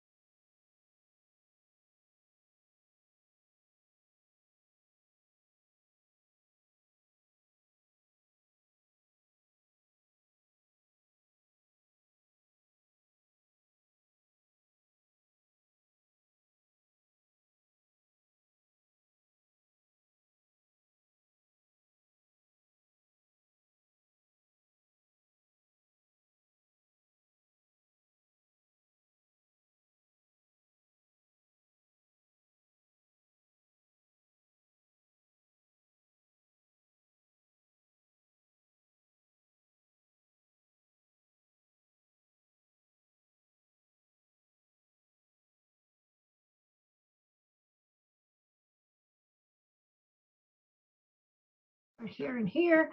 All right, good. All right, I think I made it. I think, I'm not sure yet. Okay, so, all right, so Patrick, if you're there, let me get back to you for a second. So I'm a little confused. Is sheriff sale, bargain and sale deed, foreclosure, wipeout, all other liens, right? Bargain and sale deeds still carry other liens, right? All right, so the answer to your question is that the bargain and sale deed is the deed that is given at a sheriff's sale. Yes, that is correct. And yes, the foreclosure is wiping out the other liens. That is correct as well. And the bargain and sale deed can still carry other liens. I'm not sure about that. The point of the bargain and sale deed is that they are not guaranteeing anything, and you'll find out more about it if you read the chapters about deeds. That tells you more in detail. Basically, a bargain and sale deed says that we have the right to transfer the property, but we are not guaranteeing if there's any problems with the property. That's the bottom line regarding that. All right. And again, as far as the state exam is concerned, I don't think they're going to be asking too many questions on foreclosures. But again, I don't know what specifically they're going to be asking. All right, where's my chapter 14 now? All right, so chapter 14 is going to be about, oh, we'll have to do this. So we're going to do a little bit of math again. All right, delete. All right, so we're going to do a little bit of math again. We'll get into conventional loans, FHA loans, and VA loans. So basically, this is financing 101. All right, so in this case here, so this is now going to be based on commercial. All right, so this is a commercial piece of property. So a tenant's lease is minimum $500 per month, plus 6% of the gross annual sales in excess of 100,000 per year. It's based on a gross annual sale of 250. So how much was the total? Oh, thank you very much for telling me that. All right, give me 1 second here. Hopefully I got this right. Yep, we can see the slides. Good. All right. So based on a gross annual sales of 250,000, how much was the total rent for the year? All right. So the tenant's lease is minimum 500 per month, plus 6% of gross annual sales in excess of 100,000 per year. Based on a gross annual sales of 250, how much was the total rent for the year? All right, so Jagar, you got, what is it, 15,000? 9,500. All right, so let's do this together. I'm not promising I have this correct either, so let's see what we got. All right, so first thing is going to be, do we all agree that it's going to be 500 times 12? Yes. All right, so that is 500 times 12 should be what, 6,000? 5 times 2 is 10, 6,000. Right? Do we agree? 21,000 total. Right? 500 times 12 is 6,000? It's 6,000. Yeah. Okay, all right, we got that part. 15,000 plus 6,000, right? 21,000. All right, so then the 6% of the gross annual sales in excess of 100,000. So what are we going to charge the 6% on? The excess. What's the excess? 150,000 times 6%. Thank you very much. All right, so we have 150,000 times the 6%, right? So again, that's going to give us whatever you guys are telling me. So I'm 9,000. hoping that's 9,000, right? Okay. And so then based on that, how much was the total rent for the year? In this case, you're right, it's 9,000 plus the 6,000, which is going to give us 15,000. All right. So that's as easy as that. All right. The next one, again, is going to be very similar. So here again, we've got the percentage lease is $400 a month plus 4% of the gross annual sales in excess of 120,000. What was the total rent paid for the year with the gross sales of 360? So again, we did the same thing, 400 times 12. Then we subtracted the excess of 120. So we've got the 240, just like you all did. And so basically in this case here, it's 14,400. All right. All good with that? Yes. Good. Yeah. All right. So I have another one here for what reason? Because we're going to be doing interest. And I got a mess here. So we're going to leave that for later. We'll leave that for tomorrow. And I have a whole bunch. Okay, so let's just leave that for tomorrow. And let's just go here. All right. So we're going to be doing chapter 14. All right. And that's basically the different loans that are out there. So for us, what do we need to know? We need to know that there's a conventional loan. We have FHA loans, which are insured, and VA loans. All right. This I'm also going to put over here. All right. So when we're talking about mortgage payments, we are talking about PITI, right? PITI. And these stand for principal, interest, taxes, and insurance. But if we are talking about the mortgage payment as far as what the loan officer is going to tell us, the answer is we're going to be getting the principal and the interest. That would be the payment, and then everything else will be added on later on. So when we're saying that we're getting 6% interest, 30 years, and our monthly mortgage payment is, that number is strictly the principal and interest. All right. If we're talking with the buyer and they want to know what is their monthly nut, so to speak, all right, then in that case, we, the agents, the licensees, are going to be adding in the taxes and the insurance to that total monthly number, so that they know that, okay, it's going to be $2,600 a month, but that includes the principal, the interest, the taxes, the insurance, and then on top of that, we're going to have to add the utilities and whatever other items we personally are going to want. All right, so that's how I differentiate those. All right. So financing. So again, interest rates are fluctuating based on the market.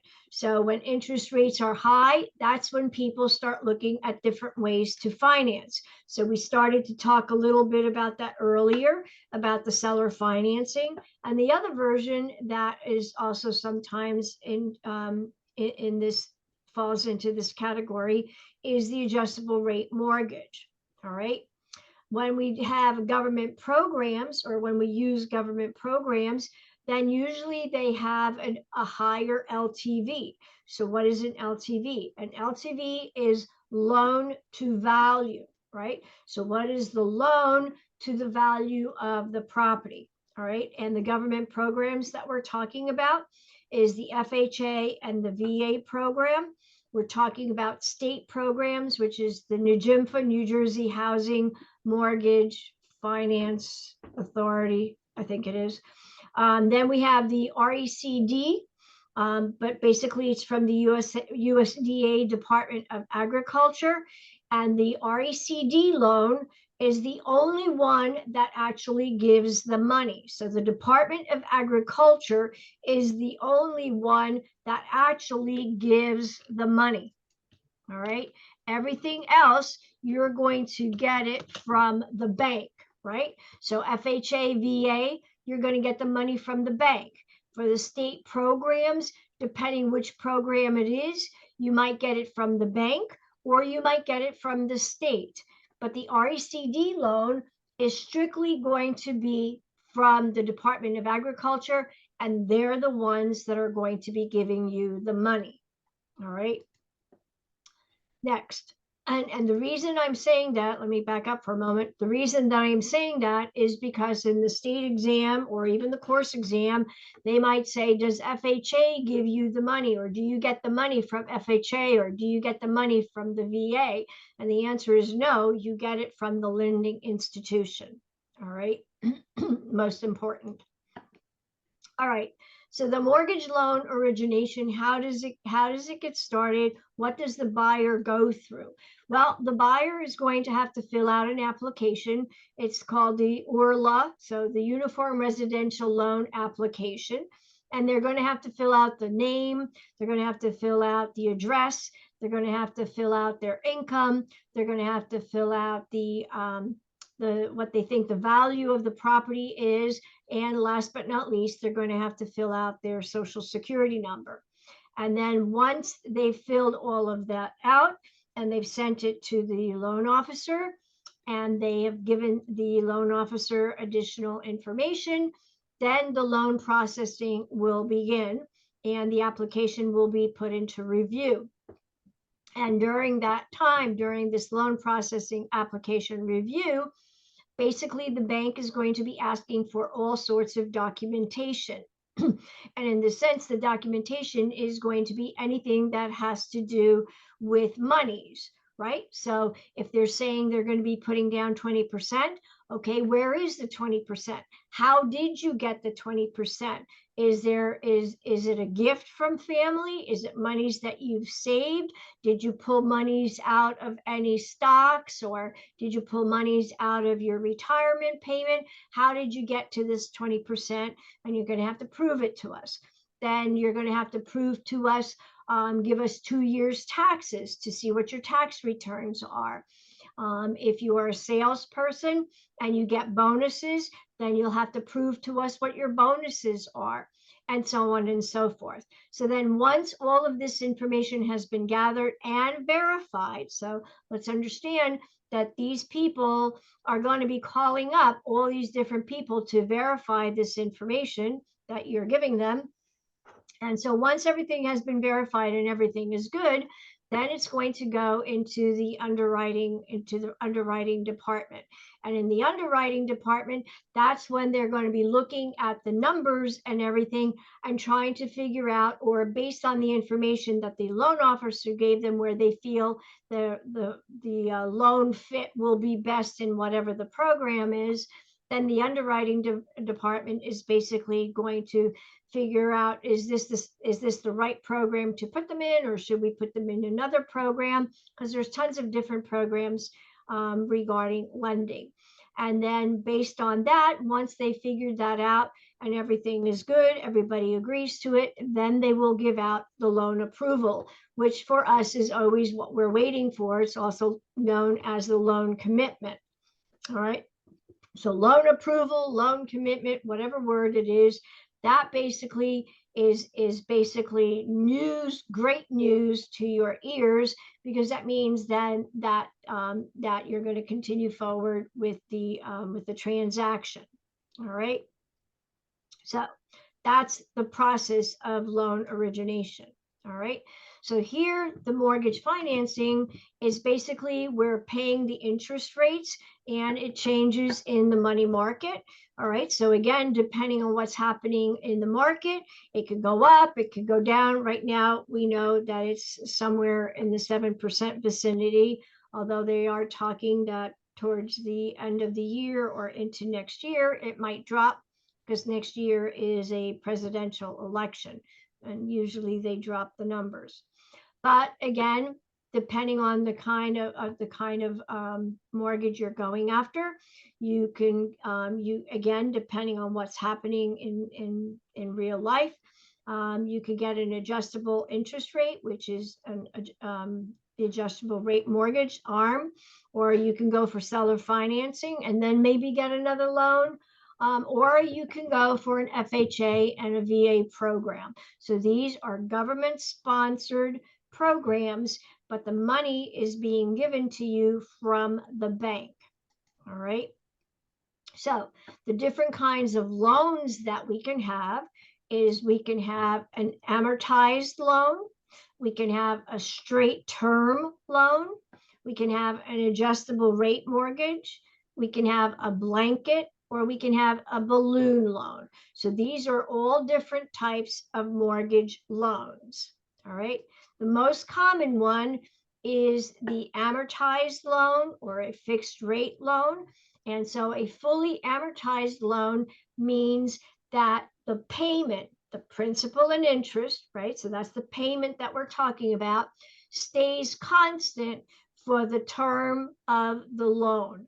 Meaning if we're getting a 30-year loan and we have a fully amortized loan, that's what we went after. So that means for the next 30 years, the principal and interest is going to be exactly the same for the 30 years. All right. So in the beginning half of the loan, so let's say 15 years, 16 years, the majority of the payment is going to go towards the interest, and very little towards the principal, the money that you borrowed. And then on the second half of the loan, it's going to flip. So more money is going to go towards the principal and less towards the interest. And basically this is a dying loan. I call it a dying loan. They call it a killing off loan. But basically it's a dying loan because you start out at this large number and you're dying and it slowly gets to zero. All right. So again, depending, you got a 10-year loan, 15-year loan, 30-year loan, and nowadays they're even talking about 40-year loans. So basically you have a fully amortized loan with a fixed rate. So that means that at the end of 30 years, it's going to end up at zero.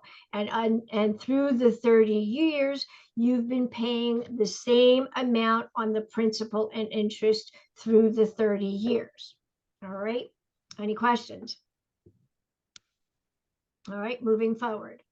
A straight loan, or also known as a term loan, is basically an interest-only loan. So you're basically just paying the interest on the principal. So in this case, when would we use something like this? We would basically use this as a bridge loan in the market that we're in right now. Right?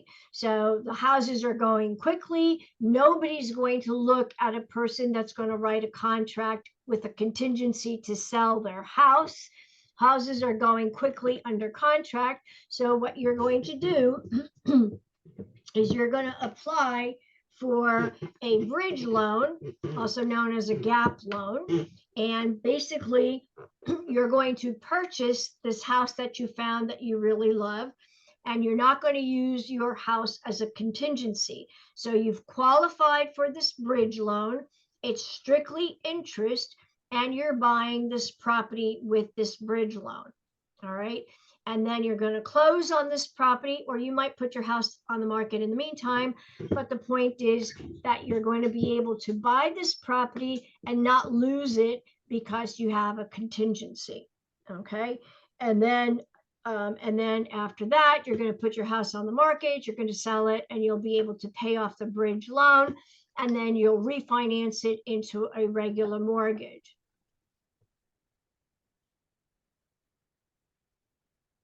Yes, that's in the Google Classroom. So that's basically that. All right. So that's the interest only or term loan. All right. And it can be used as a bridge loan or a gap loan. It can also be used by flippers or builders. All right. So again, if you're a flipper, then you're going to borrow monies. And again, you're only going to be paying interest on it until you sell the property, and then you're going to pay it off. But these interest-only loans are only short term. They're usually 6 months. They may be extended for whatever. Again, it's between the bank and you, but typically they are short-term loans. And after that, you have to pay it off, or you're going to have to get a regular loan. So this is what a fully amortized loan looks like. So we started up here. Okay.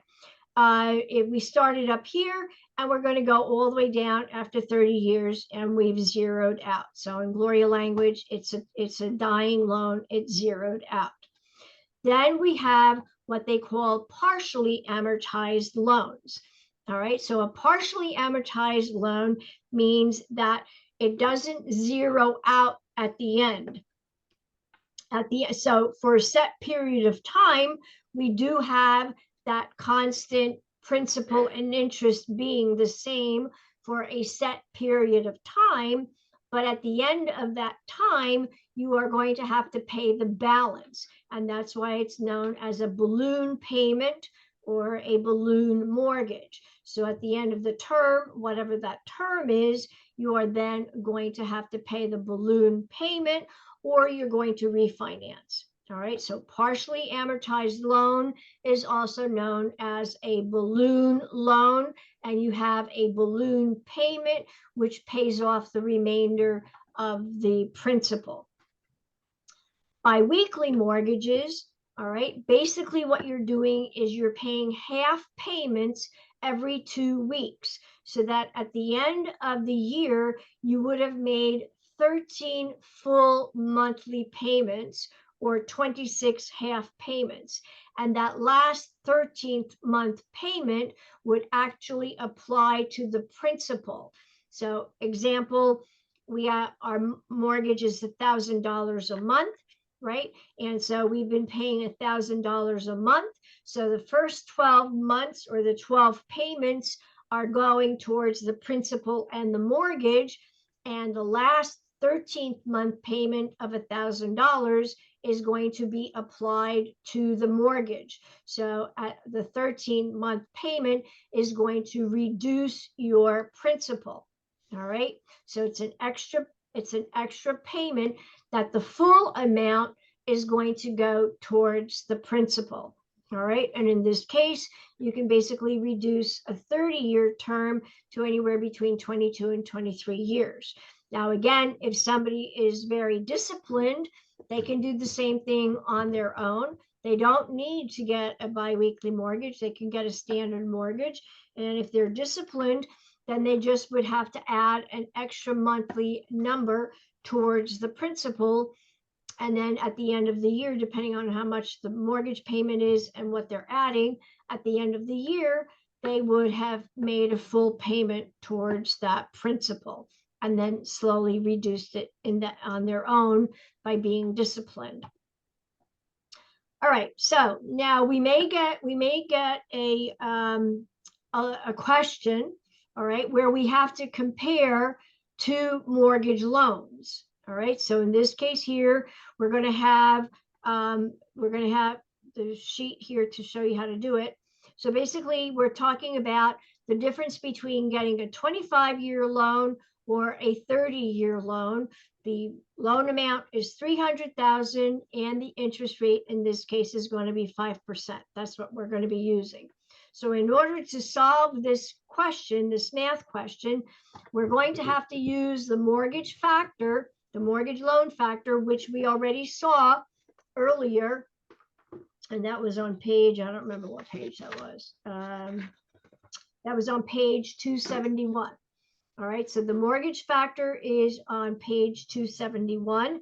Again, the mortgage factor is based per thousand. So again, we are going to be using $300,000 as the loan. So it's going to be, so the 25-year loan mortgage factor is 5.85, and the 30-year loan is 5.37. And if anybody wants to take a look, it's on page 271. You can check it out that I got it correctly. So then the next thing is we decided that this is going to be 25 years and this is going to be 30 years. So in this case, we're going to make the years into monthly payments. So we're going to take 25 years times 12 months. That's going to give us 300 monthly payments. Doing the same thing with the 30 years, we're going to get 360 monthly payments. Now we're going to take these monthly payments and we're going to be multiplying it by the, no, excuse me, I take it back. We're going to be taking the principal, right, which is 300,000. We're going to divide that by 1,000. So that's going to give us 300 1,000s, all right? And then we're going to multiply that by the mortgage factor. So our principal and interest is 1755. Then we're going to do the same thing with the 30-year loan. And we're going to do 300 times 5.37. And now we're getting the principal and interest for the 30-year loan. Then we are going to take the monthly mortgage and we're going to multiply it by the payments for the 25 years. So in this case, it's 300 months. So it's 1755 times 300, which is going to give us the total number that was paid on this mortgage after 25 years, the principal and the interest. So that's 526,500. Then we're going to do the same exact thing with the 30 years. So with the 30 years, we have 360 months. We're going to take the monthly principal and interest, and we're going to multiply that by the 360. And so again, we're going to get the full amount paid after 30 years, which in this case here is 579.9. Gloria, Yes. sorry. I think that one on the 30-year loan, it's wrong, right? It's Why? supposed to be 360 times 5.37.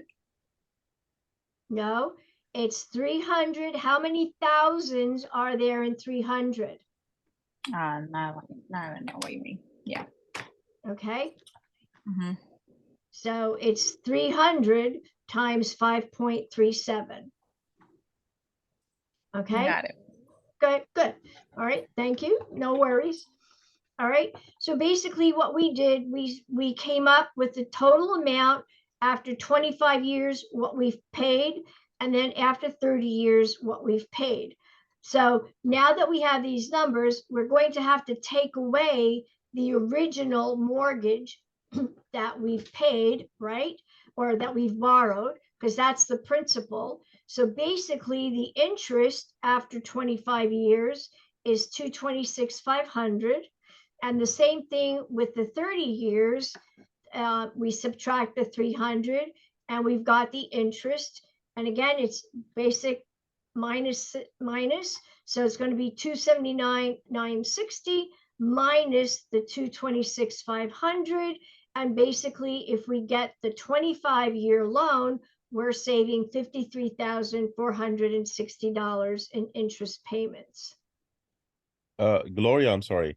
That would be probably the same question that she asked. I probably get it wrong, but I think she was saying 30 years, times 12 would be 360 months. Yes, That's a 30-year loan. Instead, in the 25-year loan, that's going to be 25 times 12, which is 300. right. Next one, this is what I understand. It should be 360 times 5.37. No. Is that Okay, let's read the slide. Just like you're supposed to read the questions, let's read the slide. The monthly principal and interest based on the loan payment of thousands borrowed times the factor. The factor is based on how many thousands are there in the loan. The loan is 300,000. How many thousands are there in 300,000? we got it. We got it. Okay. Thank you. Thank you very much. You're welcome. All right. So in this case, it's both of them are 300 because the loan is 300,000. All right. And in this case here is the payments, the number of payments. So here it's 300 because it's 25 years. And here it's 360 because it's 30 years. And so basically the answer to the original question is that if they get a 25-year loan, they're going to save $53,460. It's as simple as that. All right. A little bit of work, granted, there's no doubt about that. There's going to have to be some work done to it. But again, it's basic, simple math. The key that we have to remember is that the factor, 5 years saves a lot. Yes, exactly. We have to remember that the factor is always based on 1,000. So how many thousands are there in the borrowed amount, right? So again, keep it simple, stupid. So if it's 500,000, then you divide that by 1,000. So therefore that's 500. Or if it's 550 or 350 or 250, whatever it is, whatever the amount is, you're going to be dividing that by 1,000, and you're going to be using that factor times that loan number. All right, that's the basis. And so this, what I just went through here, is the basis to figure out any kind of loan. So in this case here, we were comparing two loans, but in reality, we did one loan at a time. So if you were to get a question on a loan for 25 years, and they said to you that the loan is 400,000 and it's going to be 25 years and the interest rate is going to be 5%, then we're going to go to the book, right? We're going to look at 25 years and well, let's see if I can do it this way. All right, so we're going to look at 25 years, right? And then we're going to look at the 5%. So in this case here, at 25 years, it's 5.85. And then we're going to use that factor to figure out the principal and interest. So when they're asking you to figure out what to use the factor, the years, the interest, they're asking you to figure out the monthly payment, which in this case here is the principal and interest only. And then afterwards, we're going to be adding in the taxes. After that, we're going to be adding in the insurances, whatever those insurances are. And then afterwards, as a separate payment by the buyer, if they're buying a condo, they might have a maintenance fee. That will not be a part of the monthly nut, as I call it, because that will not be a part of it. All right. We'll add it in for them to know what their monthly nut is going to be, but the initial monthly nut, when we as licensees are referring it, we're referring it to the principal, the interest, the taxes, and the insurances. All right. All right, so that's that. So now let's talk about the anatomy of an adjustable rate mortgage. All right, so why is somebody going to take an adjustable rate mortgage? Well, there's different reasons. Everybody has a different reason to use that. So one reason is because they know that they're only going to be there for a short period of time. So why not take advantage of the adjustable rate where I'm starting out at a much lower rate than the current rate, and I'm only going to be there for a couple of years. And depending on the kind of adjustment period I have, I may only be paying 3 years at a very low interest. And then the last 2 years, because I'm going to live there 5 years, my adjustment might go up or it might go down depending on what the status of the interest rate is at that time. All right. The other reason, oh, that must be fireworks. The other reason that I might be getting an adjustable rate mortgage is because I really can't qualify at the current rate. All right. I can't qualify at the current rate. So I'm better off in trying to go for an adjustable rate mortgage and qualify for that, buy a house. And as my income goes up or as the interest rates fluctuate and they go down, then in that case, by that time, I might be able to refinance and get a lower rate and I will qualify for the loan, right, for the refinance. So the anatomy of the adjustable rate mortgage is as follows. We have an adjustment period, we have an index, we've got the margin, we've got the cap, we've got the ceiling, and we've got the worst case scenario. All right. So what does that really mean? So it means that depending on the kind of ARM or adjustable rate mortgage, there's an adjustment period. It could be a 1 year adjustment. It could be 3 years. It could be 5 years. It could be anything. But we are going to be using a 1 year adjustment period. All right. The index is what the banks use to figure out what they're going to what their interest rate that they are borrowing from the federal government, and then they're going to add their margin, which in this case here would be their markup. All right, so how much money do they want to make on us? They always win. The cap is going to be what is the maximum amount that the rate can go up on my yearly adjustment. All right, so that would be the cap. And then the ceiling is for the life of the loan. All right. So we have a ceiling percentage, meaning it will never go beyond this point. All right.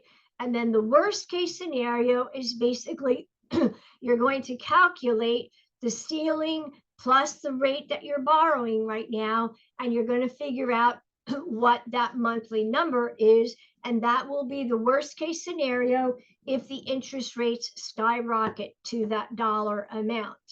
All right, so we'll go to the book. No, we're going to do it. We're going to do it together here. We're going to use part of the book. We're going to do. So we are going to be. So the bank. All right, the index is going to be 2%. All right, so that's the index. I'll put IN.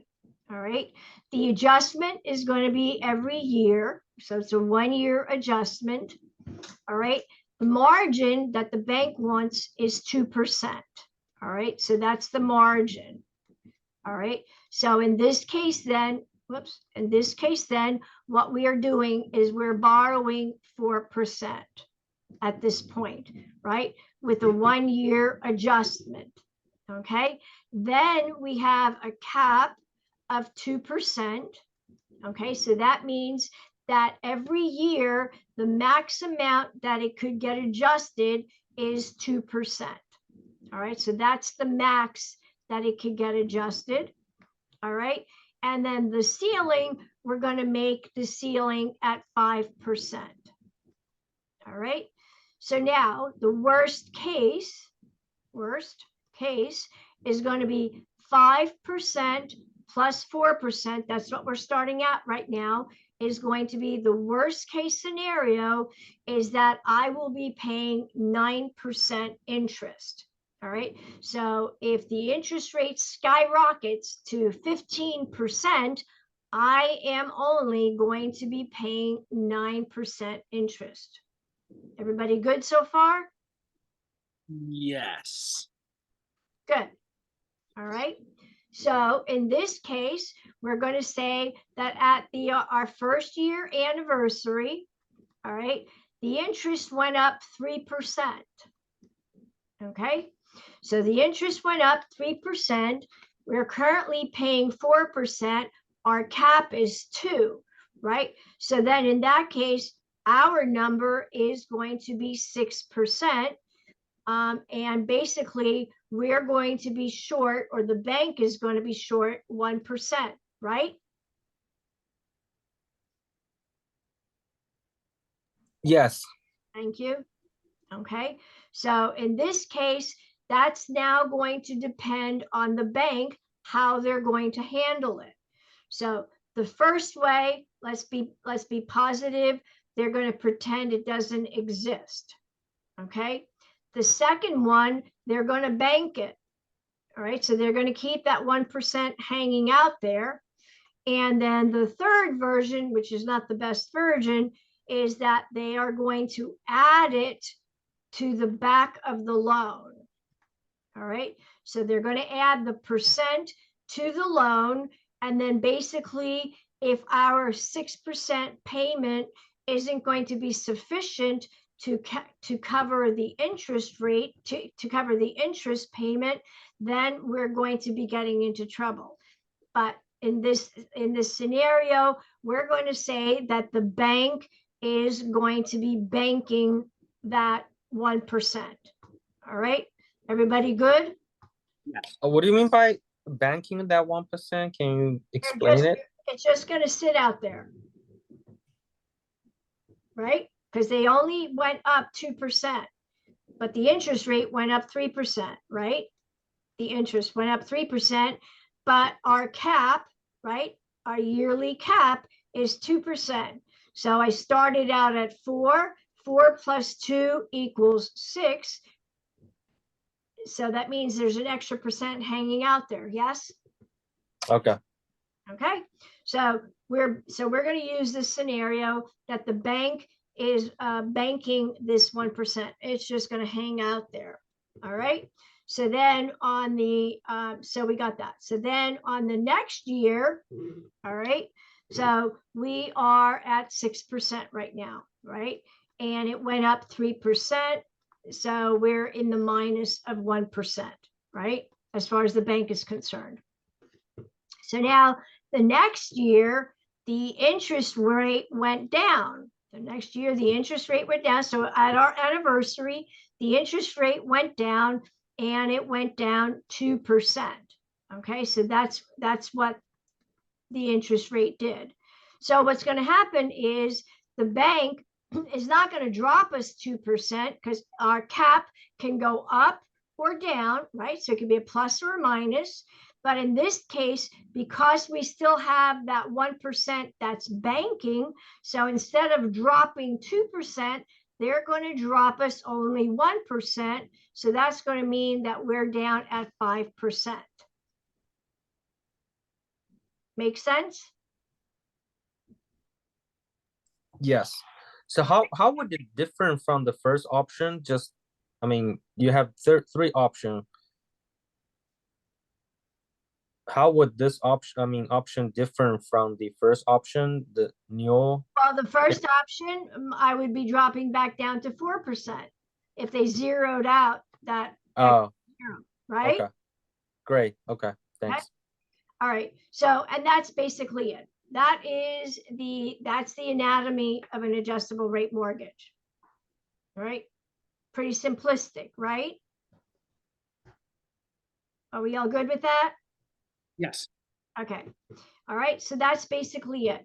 Now, on the worst, so again, it can go up, it can go down. Again, depends on what your adjustment period is. So again, you could have done a 3-year adjustment. So you're at 4% for 3 years, and then whatever the interest rate goes up, then whatever, you're going to add or minus or whatever the case may be. So again, as I said, an adjustable rate mortgage is basically for somebody who knows that they're not going to live there long enough, or the other reason is that they're not making a lot of money right now, so they would qualify for the lower amount.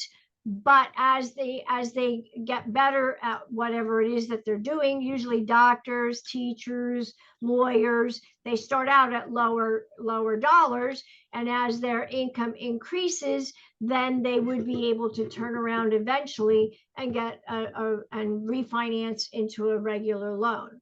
All right, that's basically what it's about. So the version where I said that the 1%, right? The 1% goes to the back end. All right, that was the third version. All right, basically what that means is that they're going to start collecting interest, right? This extra percentage is going to be adding extra interest dollars. All right, and if the current payment, which I don't know, I can't speak to that, but let's make this the worst case scenario, that the current payment that we've been making payments on is not covering the interest that is being collected, then it becomes what is known as negative amortization. So now what's happening is that the interest is accumulating, and we're not paying enough monies to pay off the interest. All right. So that's basically what we're talking about. So therefore, then it's negative amortization because there's not enough monies from the payment that is going towards the percentage dollars. All right. So basically, they are putting that interest as your principal, right? For Exactly. Exactly. They're using it. They're making money off of that extra percentage that they had. All right. So the next thing that you want to ask about the adjustable rate mortgage is the convertibility. So we want to know, can we convert our loan from an adjustable rate mortgage to a standard mortgage? Because we saw that the interest rates really went down, right? They really went down. And so it's, it would be stupid for me not to refinance to a lower rate. So in this case here, the convertibility is the question that you're going to ask. So some banks will allow you to convert for a fee. Some banks might have a term, so you can't consider converting the loan for 3 years because they want to make money on you. All right. And then after the 3 years, you can convert.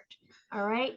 And then the initial interest rate could be what we call a teaser rate. So instead of starting out at 4%, we might have started out at 3%, but then the next year it would go up. All right. So again, the initial interest rate could be a teaser rate, or it could be a real rate. You don't know until you talk to the loan officer or the bank or whoever it is. And then we want to know if it's assumable. All right. Assumable. All right. It's assumable. And again, this way, then somebody who, if you got a really good rate and you want to sell your property, and again, somebody can't get it, they might want, can't qualify or something, then they might be able to assume your loan. And again, like I stated at the very beginning, it's best for short-term ownership. All right.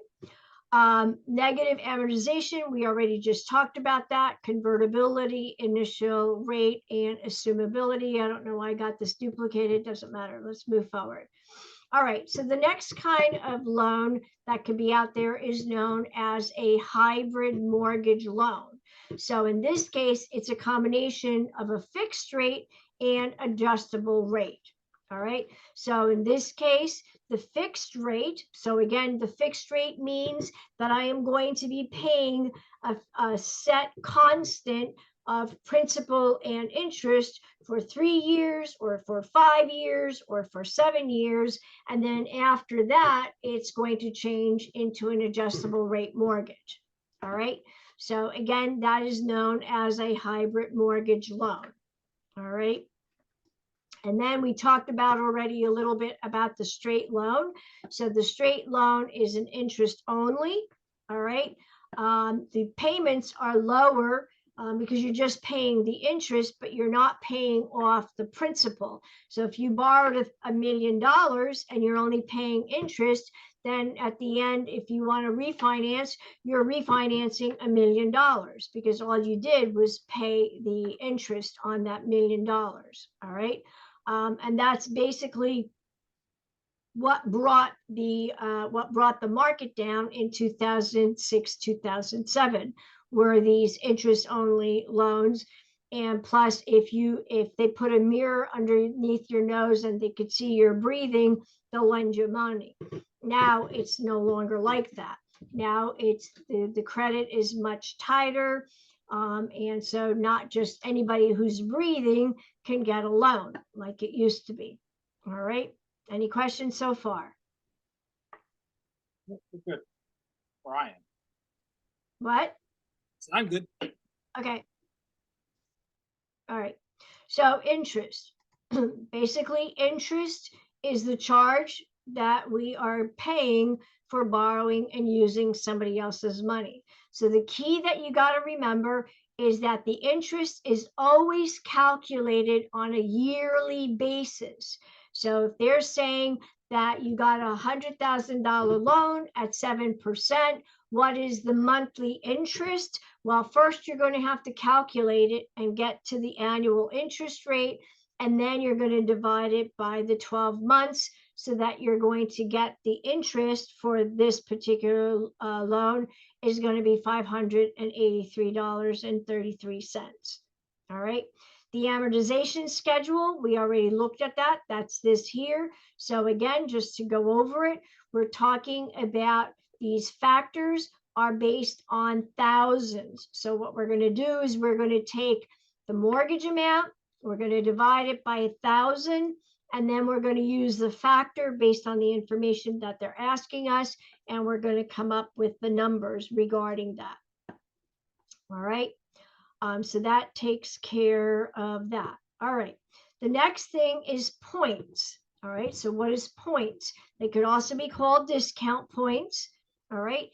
Basically what it is that it is prepaid interest on the loan. All right. It's tax deductible by the borrower only in the year that they bought the house. And the most important part that you have to remember is that the 1%, a point equals 1%, okay? And the calculation, that 1% is going to be calculated off of the loan amount, not the contract price or not the purchase price, whatever word you want to call it, all right? And points can be paid by either the buyer or the seller. But again, that is going to also have to be put into the contract, or it would be done through the attorneys through either during attorney review or after attorney review. But the only one that is going to be able to use it as a tax deduction is going to be by the borrower in the year that they bought the house. All right. Rate locks. Okay, so again, right now we are in a crazy world where the interest rate is going up, going down, going in between, staying steady. We have no idea what's happening with the interest rates. So this would be a good time to consider talking to the mortgage person about a rate lock. All right. And so in this case, the rate lock is going to lock that rate. Once you find a good rate, you're going to want to lock it. Some banks are going to might ask for to pay for it. All right. So some banks might ask you to pay for it to get a rate lock, or other banks might ask you to pay for it if you need to extend it. Extending it is not the norm. Okay. But some banks will extend it. So again, it's going to be either 30, 45, or 60-day rate lock. And again, that's going to be between the buyer and the mortgage person as to which one they should go for. So basically, if the rate dropped, let's just say dropped dramatically to 6%, all right, from 7%, it dropped for who knows what reason, it dropped to 6%. Oh my God, I got to lock it in.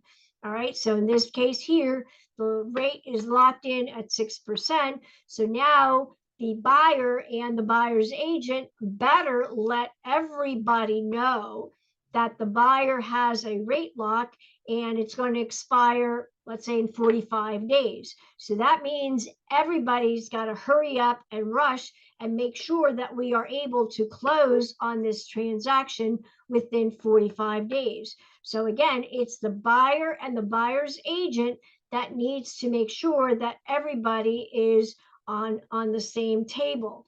And don't assume, that's, I don't like that word, but don't assume that the lawyer is going to let the other lawyer know. Don't ever assume anything like that. All right. If you're control freaks, this is perfect for you. If you're not control freaks, you need to learn to be a little bit controlling, because again, you cannot assume that everybody's going to be doing everything properly. I'm not saying that they're not going to do things properly, but I'd rather repeat something 2 and 3 times to make sure that everybody is aware rather than not repeating and nobody did anything. Make sense? Yes. Okay. So that's regarding the rate lock. All right. So here in this example, we've already done a little bit like this before. So we're going to do, this is from the book. So they're basically saying that we've got $100,000 loan at 7%. So our annual interest rate is $7,000. Okay. And again, we're figuring out what the monthly interest rate is. In this case, it's 583.33. In the question, they state if you have a loan of 100,000 at 7% interest and the monthly mortgage payment. So if the book, the course exam or the state exam is stating that, then that's principal and interest. All right. So they're stating that the monthly mortgage payment is $665.31. How much of the first month's mortgage payment is going towards the principal, right? So that's the question. So what do we need to figure out? Well, first we need to figure out what is the annual interest rate. Then we got to figure out what is the monthly interest rate, which we just figured out. They're giving us already the mortgage payment. So we're going to take the mortgage payment, we're going to subtract the interest that we calculated, and the answer in this case here is that $81.97 is going towards the principal. So then the next question is how much principal is left after the first month's payment? All right. So then basically we're going to take the 100,000. We're going to minus the 81.97 because that's the principal repayment. And the answer is after the first month, the principal remaining is 99,918.03. Now they might make you do it again, right? They might say, well, how much is it? They, instead of saying how much is it after the first month's payment, they might say, what is it after the third month's payment? So be very careful about that, because then what we're going to be doing is we're going to be taking the 99,918.03, okay, times the 7%, which is going to give us that number. Then we're going to divide that by 12. Then we're going to subtract it from the 665.31. Then we're going to get whatever that dollar amount is. And then we're going to subtract that dollar amount from this dollar amount. And then we're going to get a new principal amount. So then we're going to have to do the whole thing over again for month number 3. All right. So we're going to use this whole brand new number times 7% divided by 12. 665 minus whatever our number that we calculated, and the final answer is going to be the principal that's after 3 months. All right, everybody good? Gloria, is it possible to just multiply the monthly principal repayment after times 3 so that it could be 3 months and then subtract it from the remaining, from the total debt at start of the month? Have an accurate number. So here's how it would look like. So there's minor differences, but there's still differences. So unless you can figure out, and again, I don't know how the answers are, how close the multiple choice answers are. You could theoretically do that, but again, you may not get the 100% correct answer. Okay, thank you. All right. But again, I'm not saying that you can't do that because I don't know how they have the multiple choice answers. All right. So I don't know how close they keep them or how unclose they keep them. All right. So points are upfront prepaid interest. Okay. They could also be called discount points. It's 1 point equals 1%. Either the buyer or the seller can pay for it. The percentage is based on the loan amount. That's the key word. All right. And then again, we can do rate locks in case there was a dramatic drop in interest rates. But again, At this point, everybody must be aware that the buyer has a rate lock and we have to close before that rate lock expires. All right. Okay. The next one is the FICO scores. Okay, so FICO score is the credit score that based on the Fair Isaac credit. And basically there is, what do you call it? An average that that banks are going to look at. So there's some numbers that they are going to accept, and there's other numbers that they're not going to accept. So I will tell you, anything below 680 FICO score is going to be very difficult for a buyer to be able to borrow money. All right, because that means they have some issues. Okay, so again, the FICO scores is going to show the risk that the lender is going to be taking if they're going to be, if the FICO score is less than what their minimum is. Okay. The other thing that we need to know about is the debt to income ratio. All right. And that is going to be based on the income of the individual, how much is the debt, then what is the value and the condition of the property. And in this case, they may be interested in lending monies, or they might not be interested in lending monies. So the next version of mortgage options is known as a buy down. All right. So a buy down, a typical buy down is 3, 2, 1. All right. So today's interest is 7%. All right. So the first year you're going to be making payments of 4%. Then the next year you're going to be making payments of 5%. And the last year, the 1 year, you're going to be making payments of 6%.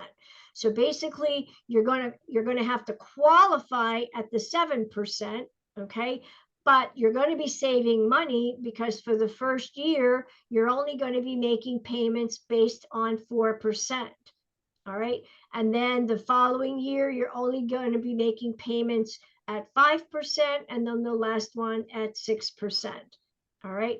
So that is what a buy down is. So you're buying down to lower your interest rate for, in this case, 3-1 for 3 years. All right. Again, everybody has their own opinion of this, whether it's worth it, whether it's not worth it. I'm not going to debate it. It's whatever the person wants and whatever is in their best interest, and they'll be the best person to know that. So PITI, that's what we've been talking about. So PITI is the principal, the interest, the property tax, and the insurance. Now, the insurance does not just mean home insurance. It could be flood insurance. It could be private mortgage insurance, or private mortgage insurance or mortgage insurance premium based on the loan that you are borrowing. All right. And then the total monthly expenses. All right, now we're going to be adding in if they're buying a condo and they have homeowners association.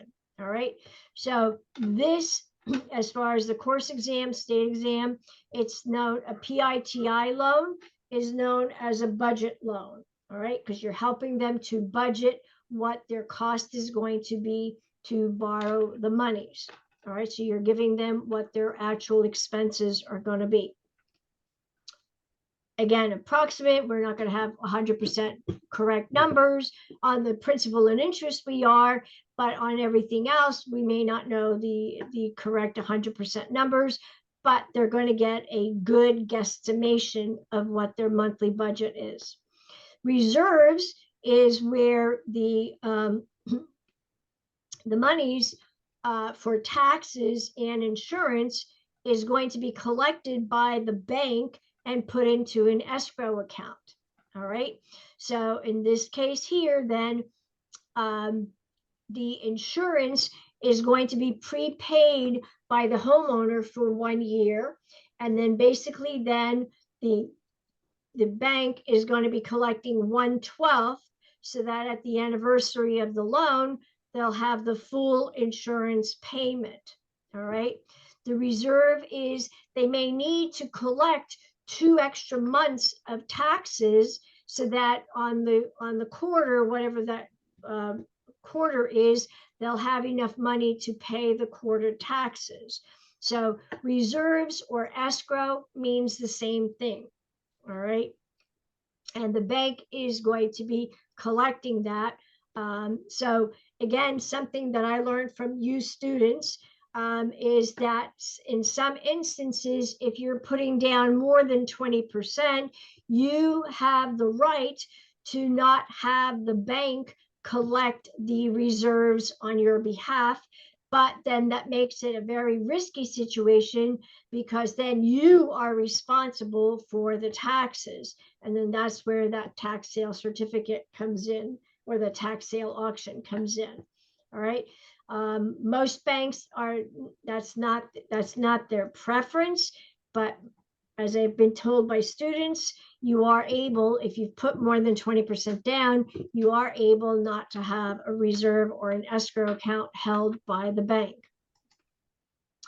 All right, so RESPA. So RESPA is the Real Estate Settlement Protection Act, Real Estate Settlement Procedures Act, and this is the law that put limits on how much reserve that a bank is allowed to put aside. And also RESPA is also the law that has made it that the banks need to let the consumer know what the actual costs are for borrowing money. All right. And so in this case here, it's also set up that we know what the APR is, just like we have when we buy a car. They're always telling you, oh, and the APR is blah, blah, blah, blah, blah, blah, blah, blah, blah, and all of that blah, blah, blah, blah, is all the legalese that goes along with it. So for us, basically, the APR is going to be all the costs that it's going to entail to be able to borrow the money. So whatever the costs are, whatever paperwork, whatever recording fees, et cetera, et cetera, et cetera. All right. So that's what the RESPA is all about. All right. So again, the point is a prepaid interest on the loan. All right. It's tax deductible by the buyer in the year that they are buying it. But it doesn't matter who pays for that point, right? The seller could pay for it, but the buyer is the only one that's able to deduct that. So basically what we are talking about is that the point is always going to be calculated on the loan amount. So again, don't get fooled, read the words. So here the purchase price is $325,000, and the buyer has to put down 20% and pay 2%, and the buyer has to pay $5,000 in closing costs. So how much money does the buyer need to purchase? All right. So the first thing is we know they want to pay 2%, which is points. I should probably fill that in. But anyway, and we also have to calculate first we have to calculate what the mortgage is. We have to calculate what is the down payment. So first things first, I'm going to take the 325 and I'm going to figure out what the down payment is. All right. So the down payment is $65,000. All right, good. Now I'm going to have to subtract that from the purchase price, because then that's going to give me the loan amount. All right. So now I got the loan amount. Now I have to figure out what is the points. So the points are going to cost $5,200. Then they said that the buyer has to pay $5,000. So how much do they have to bring to the table? The answer is it's going to be $65,000, the $5,200 for the points, and the $5,000 for the closing costs. So the correct answer is $75,200. All right, so they're not going to make it easy. And again, the key is you're going to have to read the words, read everything that you see in the question. Because if you don't read it and you miss it, you're going to get the wrong answer. And I can assure you that they're going to figure out which way people are going to read, and they're going to put that wrong answer as part of the multiple answers. All right. So now here we are again. This is the same exact problem, but it's worded differently. So here again, the purchase price is $325,000. The LTV, loan to value, is 80%. The buyer pays 2 points, and the closing is $5,000. And how much must the buyer bring? All right, so it's worded differently, but it's the same exact thing as what we did here. Everybody good? Any questions? Are we alive? We're here. Okay, just barely. It's getting late. I know, but this is what it is. All right, so that's, again, as I said, this is what the version is worded in a different way. All right, so we're going to do one right here, I think. Right, yes. So here we go. So we've got the purchase price is $325,000. The down payment is going to be and I know my brain hurts too. It's 3.5% down payment. Actually, my voice hurts too because I'm doing the talking. And then we have 2 points and then 5,000 closing costs. So this is an FHA loan requiring 3.5% down payment. So how much do they need? So we're going to do, whoops, wrong place. 325, right, times 3.5%. So 325, 1, 2, 3 times 3.5. All right, so hopefully you guys are helping me out here. 11,375. That's the down payment. All right, so that's going to be minus 11,375. All right, so minus equals, hopefully I got this right, 313,625. Right, okay, good, Jagar, thank you. So we got that, then times 2%. So I think I have then 6,272.50 is points, right? And then we got 5,000 for closing, right? So 11 is 22. So 22,647.5 is the answer, right? 22,647.50. All right, is everybody good with that? All right. Okay, so that's good. Next. Oh, well, I got it here. Oh, duh. All right, well, here it is. Okay, so it's typed out. All right, so then the, again, we talked about this is a fully amortized loan. So again, we're showing it going down to 0. This here is the mortgage factor. All right, so again, it's based per 1,000. So then it's going to be, these numbers are what we're going to be using based on the equation, based on the question in the math. All right. All right, I think we're going to leave these till tomorrow. All right. So the key next that we need to know about is the buyer has applied to the bank, right? And they filled out the application. So what do we need to know? They filled out aliens, all right? So it's the address, the loan, the income, the value, the name of the borrowers, and the social security number. Once they filled that out and they proceeded forward, The bank then, through RESPA and through the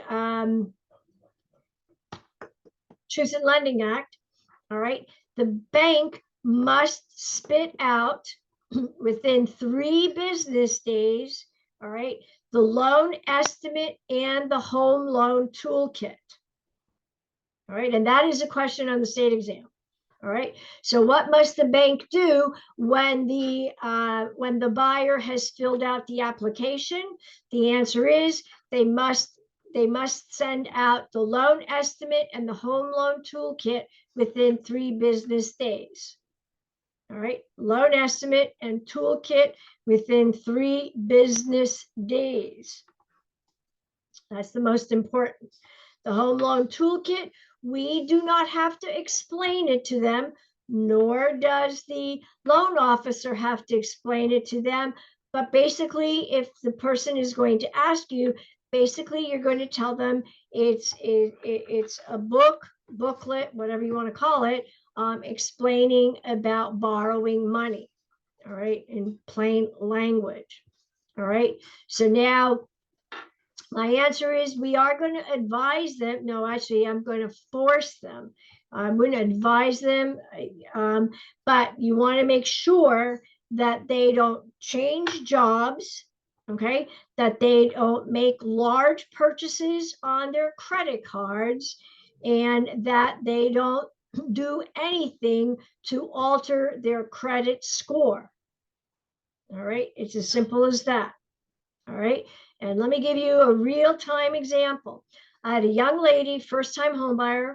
Well, actually, she's more than a first-time homebuyer, but she was buying the house by herself for the very first time because she just got divorced. So I sold their house, and then I'm helping her buy the house. Her credit stunk, and so it took her about 6 to 7 months to get herself back up in credit rating. And so she just barely squeaked by to be able to qualify for a mortgage. And I mean barely squeaked by. So we found her a house for sale by owner. Actually, it wasn't. I forced the builder to sell the house. And so we're going through everything. And lo and behold, a week before the closing, so you need to know this, a week before the closing, the bank did a credit report on the buyer.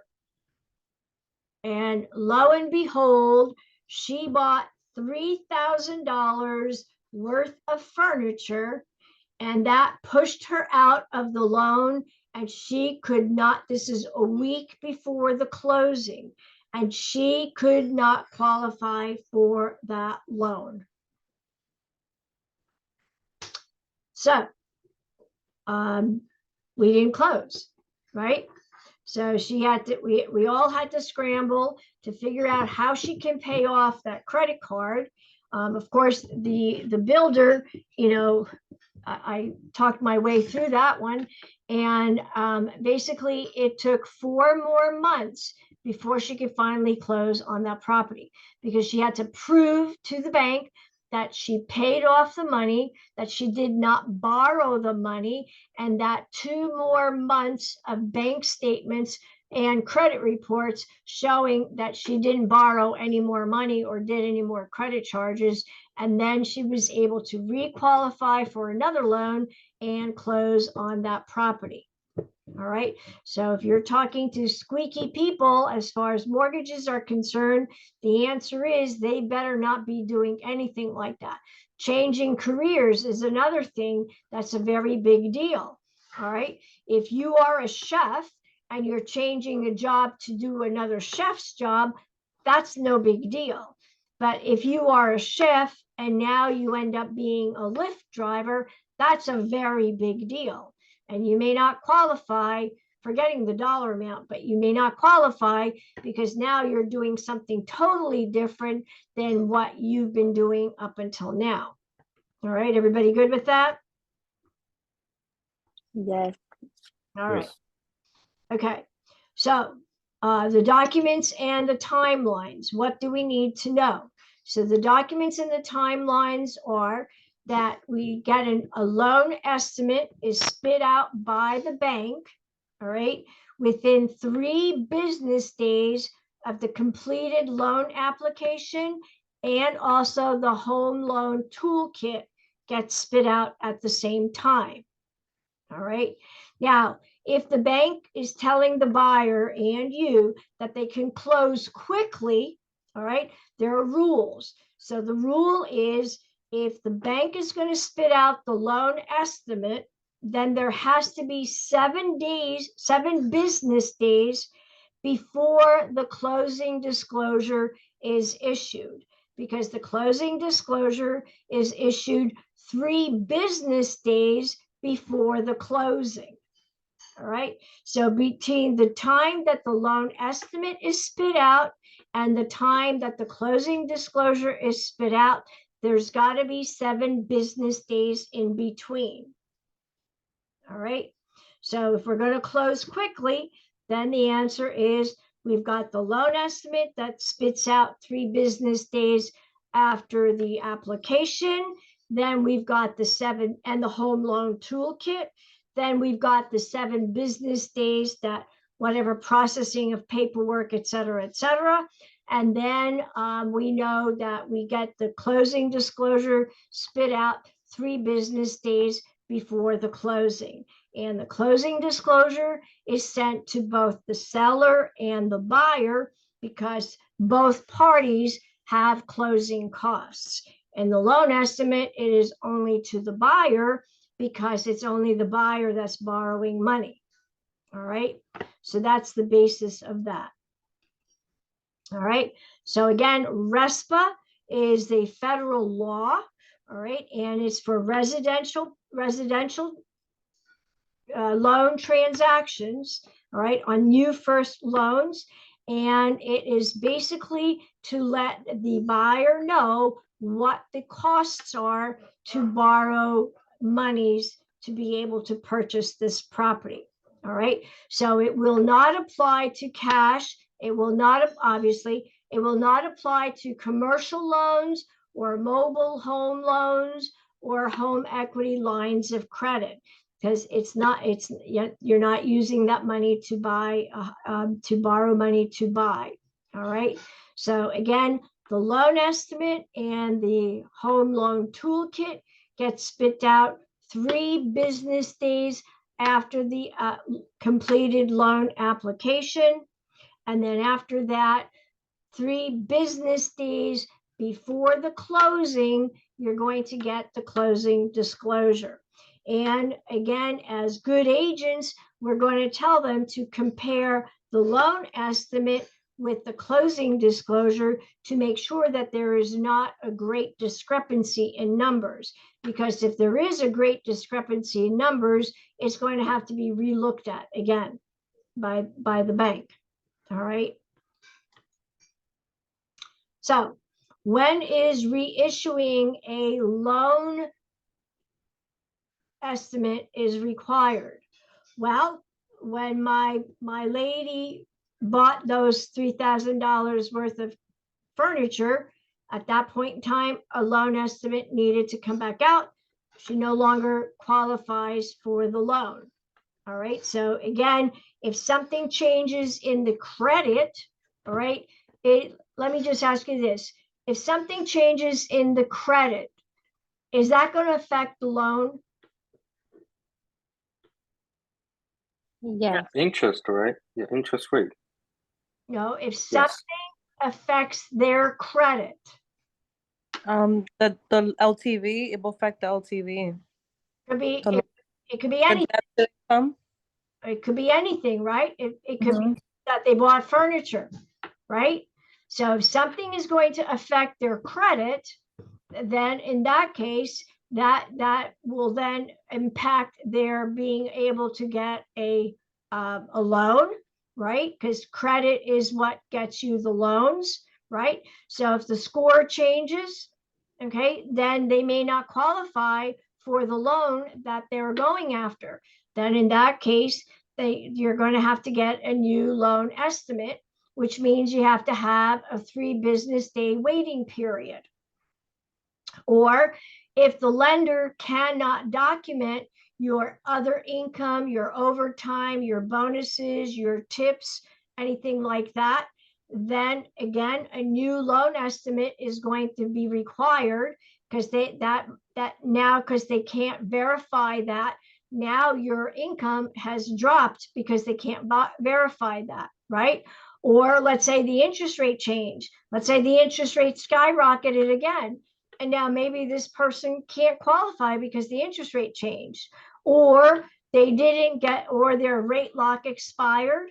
All right. So again, any of these things that are going to affect the person's ability to qualify for a loan, that's the key wording, right?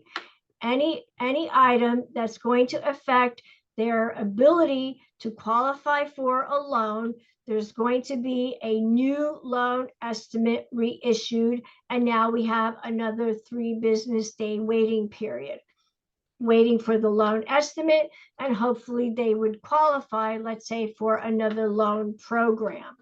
All right. So yes. So sorry, Gloria. When you meant, just to clarify, maybe it's used synonymously with something else. The closing disclosure. Can you clarify? Expand on. Sorry. Sure. So nothing to be sorry about. The closing disclosure is the actual dollar amounts of what they're going to be paying and what they're going to need to bring to the table at the closing. All right. Or if anybody's been around, it used to be called the HUD-1. All right. So the closing disclosure and the HUD-1 statement are one and the same if you've been around a while. Otherwise, the closing disclosure is now going to be the actual numbers that is happening to borrow the loan. Whereas the loan estimate, which was after they filled out the application, these numbers are just estimates to let them know what the costs are. But the closing disclosure are the actual numbers to close on the loan. Okay, thank you. All right, you're welcome. All right, and again, we stated that prepayment penalties are not done in New Jersey. Okay. So what would not require a new loan estimate, right? Well, basically anything that is not going to affect the individual in qualifying for a loan. So if we found something wrong in the walkthrough, so like they said that they were going to take the second refrigerator, but they left it behind, is that going to alter the qualification for that buyer for a loan? No. No. Okay. If I had to, which I wouldn't, but if I had to renegotiate my commission, would that affect their qualification for a loan? No. No, it would not. No. All right. Now I wouldn't be doing it, but it would not alter their qualification, nor will the proration or the calculation of taxes or utilities or monies that are being put into the escrow, that is not going to alter their qualification for a loan. So if we have any of these kind of issues that come up, that's not going to alter their qualification for a loan. But if we find out that they bought a brand new car and now their payment used to be $400 a month is now $600 a month, is that going to change things? Definitely. Absolutely. All right.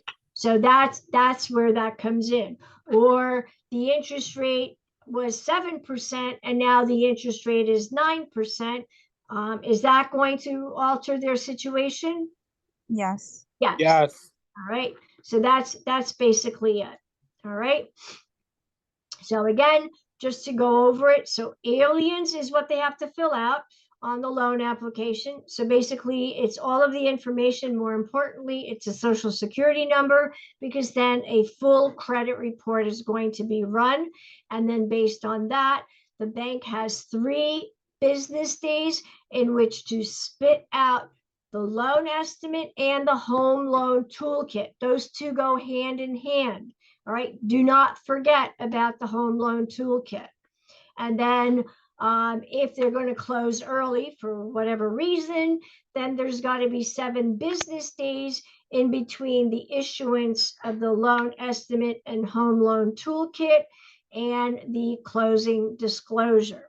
All right, because the closing disclosure is going to be spit out 3 business days before the closing.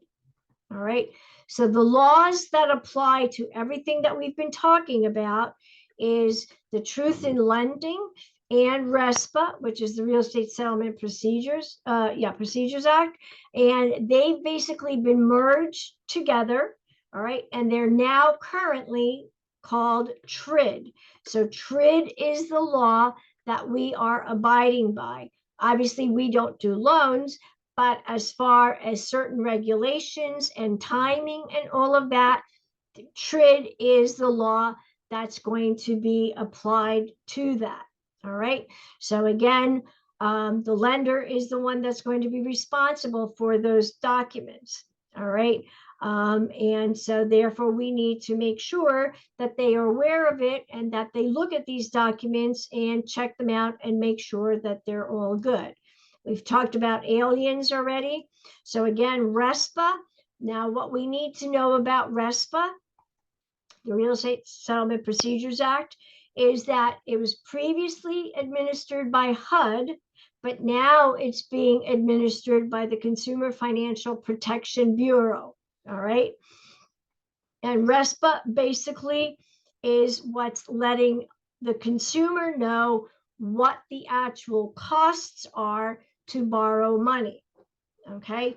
It's strictly on federally related new first mortgage loans. All right. It's not required for refinancing or commercial loans or investment loans. It's strictly for new purchases on residential property. These here, these sections, we're going to end up here. Well, no, not yet. All right. These sections, you're going to get asked, somebody's going to get the questions on this. So RESPA Section 8 means that we are not allowed to give kickbacks or give monies to people that were not part of the transaction. All right. So if you are going to give somebody monies and they're not licensed and they were not part of the transaction, that would be considered a kickback, and that's illegal based on RESPA Section 8.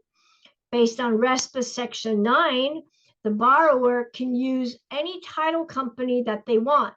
All right. The lenders, the title company, or the attorney cannot stipulate that they have to use their title company that they're comfortable with. So if your borrower or your buyer has a friend who just opened up a title company and they want to use that title company, the bank and the attorney cannot prevent them from using that. So that's Section 9.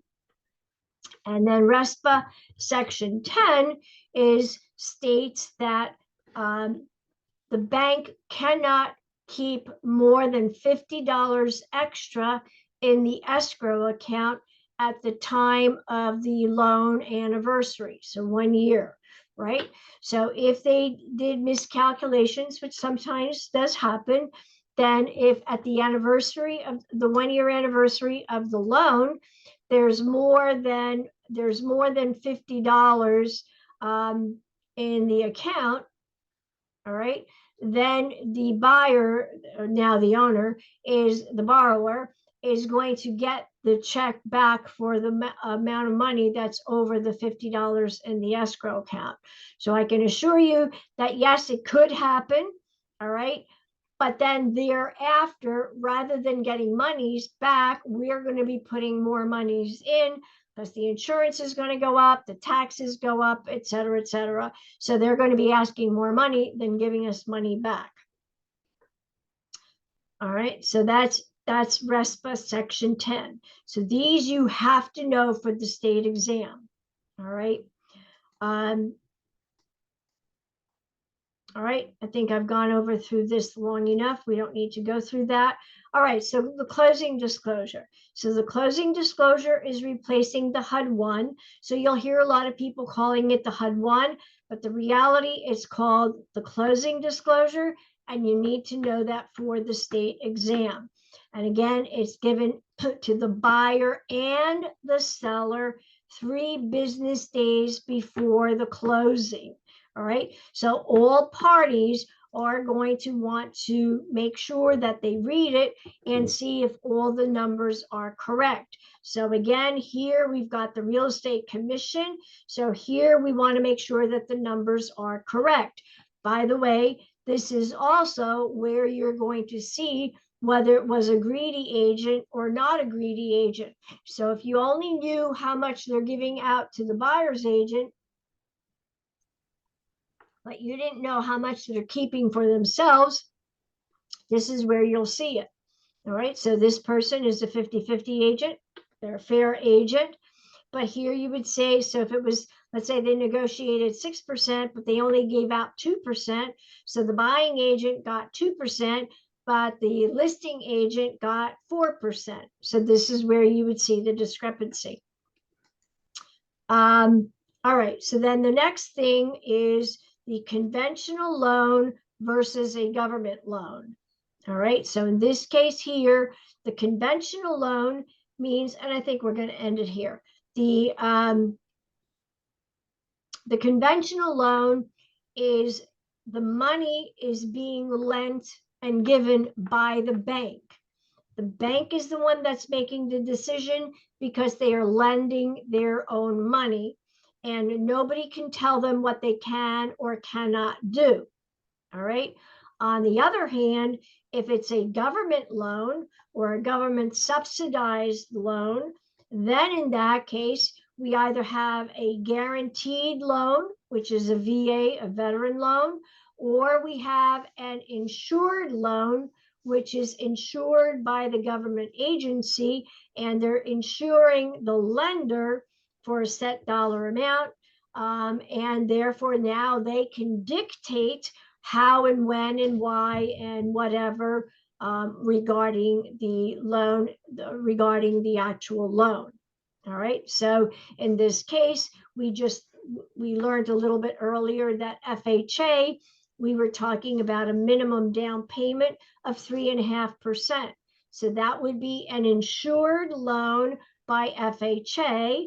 The money is given to us by the lender, but FHA and Vianney, thank you very much. And the appraisals, right? So we've got the addendum for the VA and the FHA for the appraisals.